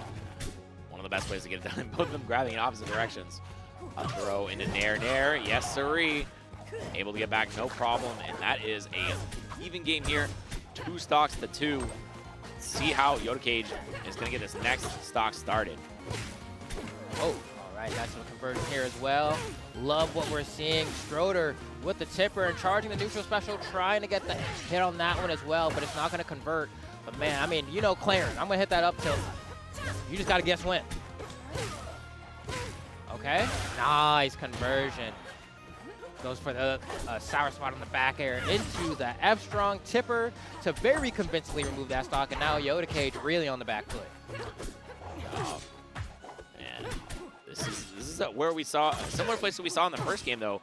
Able to find a double for an air instead. Wow, okay, fair and air, and just grabs the ledge, but somehow able to make it on, and that means Clairen has another chance at life. However, how long will that chance last? Yoda Cage is kind of on Stroder right now.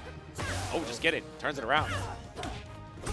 Okay, I love the quickness here. That 4-strong almost connecting. Yoda Cage just trying to get this penultimate stock off of Stroder, and you just can't seem to find it, man. I mean, that down air would have been disastrous. Didn't connect on the tipper, though. And look at this moonwalk, grab the ledge, and tipper manages to get the wall cling off of it, but the back air is going to tipper as well and KO off the top. Wow, and it's hard, man, because especially, I feel like, at least for me in particular, when I get hit by tipper back air from Clairen, I'm always going for like combo DI, and then I just get KO'd right off the top, and it's like, dang. That was convincing from Stroder. I'm not going to hold you. Yeah, I mean, I don't know. I feel like there's a lot of big inflection points in the game where it goes one way or the other. It looks dominant in one direction or the other. Like we saw in the first game, Yoda Cage got a couple good edge guards, and suddenly the game was a 2-stock in his favor. This way, Stroder got a couple good pillar combos, and the game was 2-stock in his favor. Like it's just a matter of the fact that you're you know, you find a good edge guard in the right spot, it could be all over for you or vice versa. And look at this approach to the matchup, right? Let me just yoink the Clairen off stage and then rinse, repeat, effectively ledge trapping Yoda Cage here. And look at this, right? This punish is still going. This is the most extended punish I've seen in a minute. You know, taking roughly 25 seconds to do, but 73% racked up on Schroeder as a result. Yeah, certainly a very good percentage for Maypul. Just really juicy combos from this spot. But, I mean, on the other side, double back air, tons of damage coming out. Schroeder might find it. Yeah, forward strike there. I didn't even kill. Oh, wow, that down air is not going to connect. You know, just maybe that low profile of Maypul coming into clutch there, but nice little forward air spike off stage. Great tech from Schroeder. And now playing a little bit of the spot dodge jab game. Can I get my hands on you? Yeah, too low, though. Not able to get the punish. And confirm was so close. How is Schroeder going to come back in this? Just gets the up tilt. And now we're sitting in a very big disadvantage for Yoda Cage. Gets out of the corner, lands on the stage, finds their grab. But Nair, yes. Yeah, keeps it nice and simple. True as well, going for that tether to the Nair. Not much you can do about that. That one's guaranteed. And now at this point, yeah, Schroeder playing from a little bit of a deficit. If you get a tipper fair there, oh, it's not the tipper though, gets 2 sour spots. And so it has to fish even more. Wow, that actually just straight up KO'd. I didn't think it was gonna. Okay. Yeah, I must not have been the best. I mean, he did just go straight up, right? But and here's a grab, opportunity, tries to go for a single hit great fair. SDI. I love that SDI through the first hit of the fair. I mean, the second one's not gonna follow up, and he's not gonna be on the right side to be grabbed. So nice slide off. Swings back with the forward air of his own. Schroeder really trying to get the punish here as well. You see the DI out on the up tilt, making it hard for Yoda Cage to really, I mean, convert much. Oh, this is tough. Nice little up tilt on the plat here. We're chasing in hot pursuit. Oh, nice read. Wraps it up. Way up Nice for this try. guy, not gonna connect though. Yeah, could have gone for up air there, but the up special would have knocked out, and so I respect seeing if you had enough hits on to do it. Yeah, oh, and a little bit of evasion from Schroeder means gets out of there unscathed. Nice. The Nair, not going to cause a tech situation. Oh, and a back air. Wow. Yeah, that's the other part of the back air. It's like, all right, you DI out so you don't die off the top. Oh, just kidding. You die that way Float too. off the side too. Yeah, it's like at the end of the day, it's like it's your fault for getting tippered, bro. And you're like, I mean, I guess it was true comboed into. But hey, I mean, that's just how it goes sometimes. That Nair, yet again, absolutely cleaning house. That's been the moneymaker for Yoda Cage in this game number 3 here. Schroeder trying to answer back in a massive way. Good little conversion to the tipper back air. And now gets the up tilt as well. He's just pushing him off stage, has to go to the wall, and grabs the ledge in the nick of time. Hits him with that ramen noodles, the old school. Says, I'll make this instant. And we saw Yoda Cage's face after that one. It looked like he had been just gotten hit with a tipper himself, man. He was frozen in pain. Yeah, I mean, and Rivals is like a really funny game too, because like I feel like there's a bit of an ebb and flow about like how much you respect someone's ability to just go to ledge. And so like in scenarios like that where like you have the ability to mix up your timing, but you're just assuming that your opponent is going to like give you the respect to let you have ledge, and then they just grab it and you lose your stock in a way that seems like a little bit premature. Those can be the difference makers in a lot of sets sometimes. So I'm glad to see that we saw Schroeder just say, let me yoink it real quick. Because now we're right back to Harbor, and Yoda Cage has to just try to win 2 back-to-back. Oh, set up here. Nice buffered spot dodges. Yo, I love this skin. I don't know why the raincoat just looks so. It just looks so cool, and it's so well done. And the water effects splashing instead of the electricity is great. But such a close game last time on this set, and no follow up. I think he meant to grab there. Really big drop actually from Yoda Cage, which means he might not be able to get the stock quite as quickly, but throw off into the slide off leads to Schroeder getting a tipper in the corner. Not where you want to be. All right, and just throws that down, so just to check. I mean, Yoda Cage trying to gain some control of the neutral here. Hasn't had a chance to really plant Lily. There we go, goes for it. And now here's an opportunity to maybe convert into that plant, but nope, gets smacked away. And just like that, Schroeder, once again, on the offensive here. Yoda needs to find an opening. This grab could be into forward air. Tries, the second one's not going to connect. Good DI off the first one. Uses the tether, another opportunity for him again. Tries to get the Nair follow-up this time, but now Schroeder's the one with stage control. All right, but Mark's back up. Oh, no did he get the dash? dash? No. That's another big drop for Yoda Cage. He's been so Up close air. so many of these times. Nair. Yup. Oh, was that the up air? I don't even know what he couldn't KO'd tell, with that couldn't man. tell what hit. He was so high up there that like even if you did Nair, it might have still KO'd, you know Yeah. what I'm saying? Oh, nice little combo back off of Lily. Shout out to Lily. That's my goat. All right. Yoda Cage looking pretty decent here. Up tilt, or no, up air doesn't tip her though. Really needed that one. And despite these big drops from Yoda Nice. Cage, managing to get a even larger conversion. Whoa. Okay, all right. Don't see that knockout often. Yeah, we thought it was a different throw. It's fine.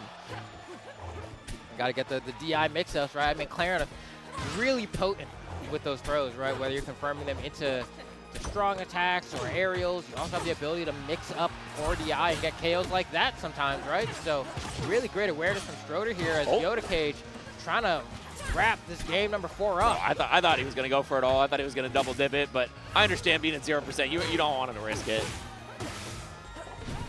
Jump used, still able to get out of there relatively unscathed. Just a couple hits, but now a Nair tipper leads into even more. Schroeder. Tipper Nair as well. All right. Yoda Cage fights back, Fair, double fair. fair. If we go back to the ledge here, gonna have to just get an edge guard on a low recovery. Oh, Not able to get it. so close. Now, though, not getting the tech read in.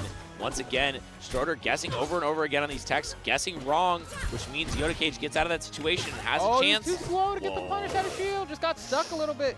It gives Schroeder another opportunity to try to get the edge guard off this Maypul. Tether, yep. Or the knockdown, the special get up coming out here from Schroeder. The timing mix up as well on that swing. Yeah, it seems like Schroeder has been completely unable to punish the tethers in, which means that Yoda Cage has had a lot of chances to come back, but now all he needs is a wrap up and not missing that dash. Let's go. Game 5 for Yoda Cage. Deep breath of relief. Yeah, I mean, that's the Maypul Classic, right? It doesn't matter what level of play you are. You have gone up against a Maypul who has planted Lily, thrown an acorn at you, and then done everything in their power to throw you into Lily and then hit you with another strong attack, right? Like, it never feels great when you get hit by it. I'll give it up. Every time I'm just like, ugh. But Lily. Maypul is just a great character, kind of designed and built around being able to frustrate the opponent, right? Like, Yeah, and being on that platform is so much more useful because it's a lot harder to find the time to go up and parry it. Yeah. Right, so you got a wave land on there, and if you're trying to wave land on there, then Lily's probably already activated, and then you can't get the parry out in time. So this ends up being a hazard on the stage. And Rock Wall is going to be the name of the game for Game 5. Yeah, and this is a stage that a lot of Maples actually like as well. Clairen gets a really early kill confirms here, but at the same time, Maples kill off the side just as commonly if you get the right hit with the Nair. So, might be seeing some double Nair confirms quite early. And we're really playing the corner here. Schroeder finally making a bit of an advancement towards center stage, but it looks like Yoda Cage is going to steal that advantage from him. And there we go, forward air. Got to do the low recovery. Oh no! Oh, Accident. okay. Yoda Cage even made a mistake there. Didn't grab the ledge, but it did not matter because Schroeder just fumbled harder. Oh, no tipper on that either. Everything's a sour spot right now for Schroeder. yeah, you need something sweet to finish off Yoda Cage right now, but this is a good confirm. Sets up Lily and even able to get a little punish on that special get up, but probably not as much. Oh, okay, all right. We don't DI those. It happens. All right, both of these players facing elimination if they will lose this game here.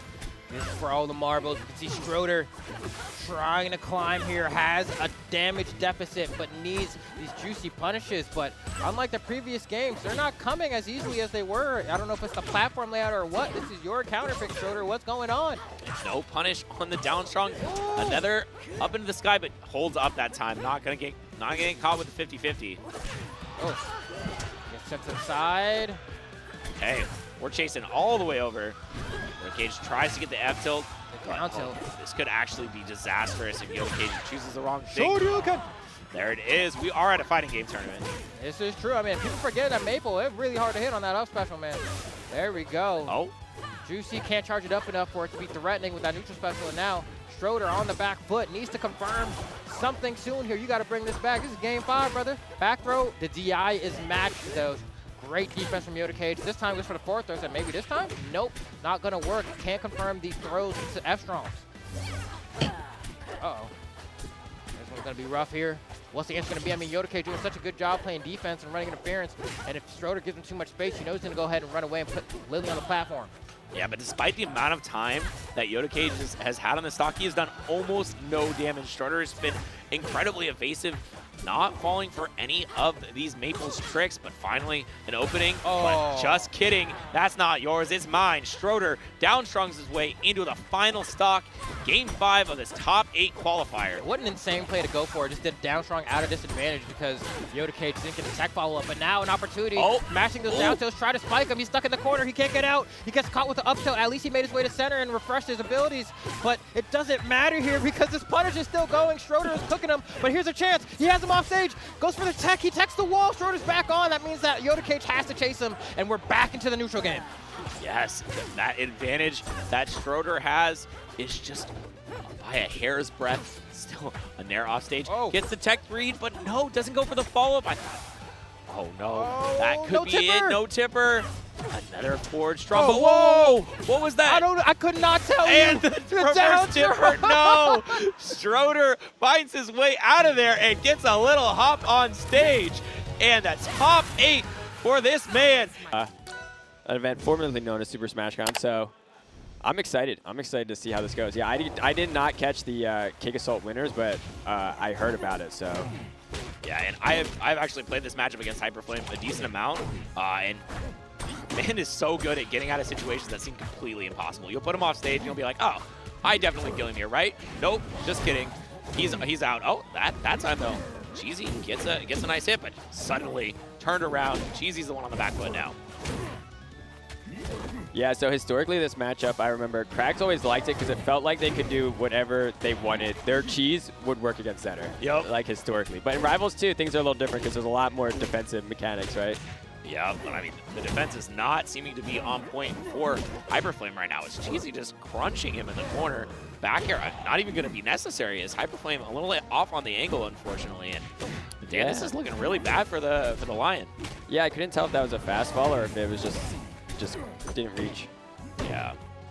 Oh, and okay, this is a nice combo for HyperFlame. Gets a bunch of damage in on it. Yep, that's the classic. You shine, they go for the floor hug, and you can hit the down strong instead of the up strong. Oh, bunch of damage, but just answering back super quickly. Oh my gosh. Yoink. 1 minute and 15 seconds right there. Yeah, that's how Kragg vs. Zetterburn goes. It's a fast game. That is crazy. Oh, just every point in that game, it felt like Cheesy had the answer for HyperFlame's defense. Just picking him up with double forward airs in the corners. I mean, you get one confirm into the neutral B off stage, and now you take him to Rockwall. This is the Kragg stage, right? I mean, Zetter's got the forward air, so I understand why Zetter's taking here, but Kragg also loves this stage. Yeah, I always talk about the stage as like every character's like, no, this stage is my best stage because I can kill early. Right.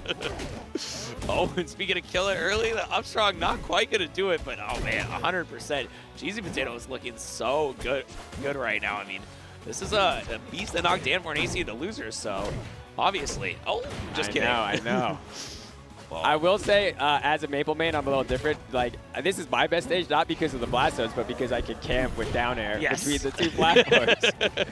It's like, I'll go here too. I don't ban it. It's like, if you want to take me here, Ranno or Zetter, like, let's go. Yeah, let's run it. And the up airs on the platforms, they work so well for chaining, but oh my god. As we were talking, we have one tiny conversation about Maypul, and suddenly HyperFlame took a whole stock. Yeah. You could kind of feel it in that game 1 that he was ready to go into game 2. Yeah. Not trying to show too much, but I felt like game 2 was going to be closer.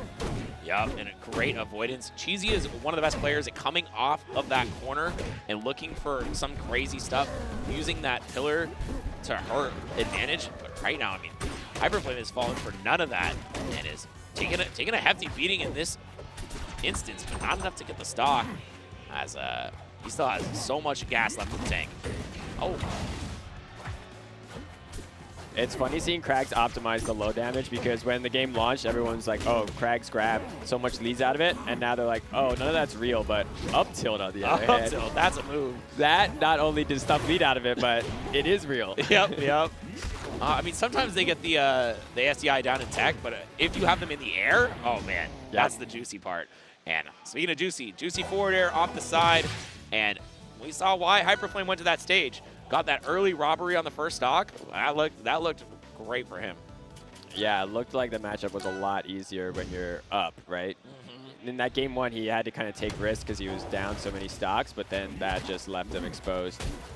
Yeah, and this is going to be the polar opposite of stage in terms of where the ledges and blast zones are. You're just all the way from the center, carrying to the side and a double parry.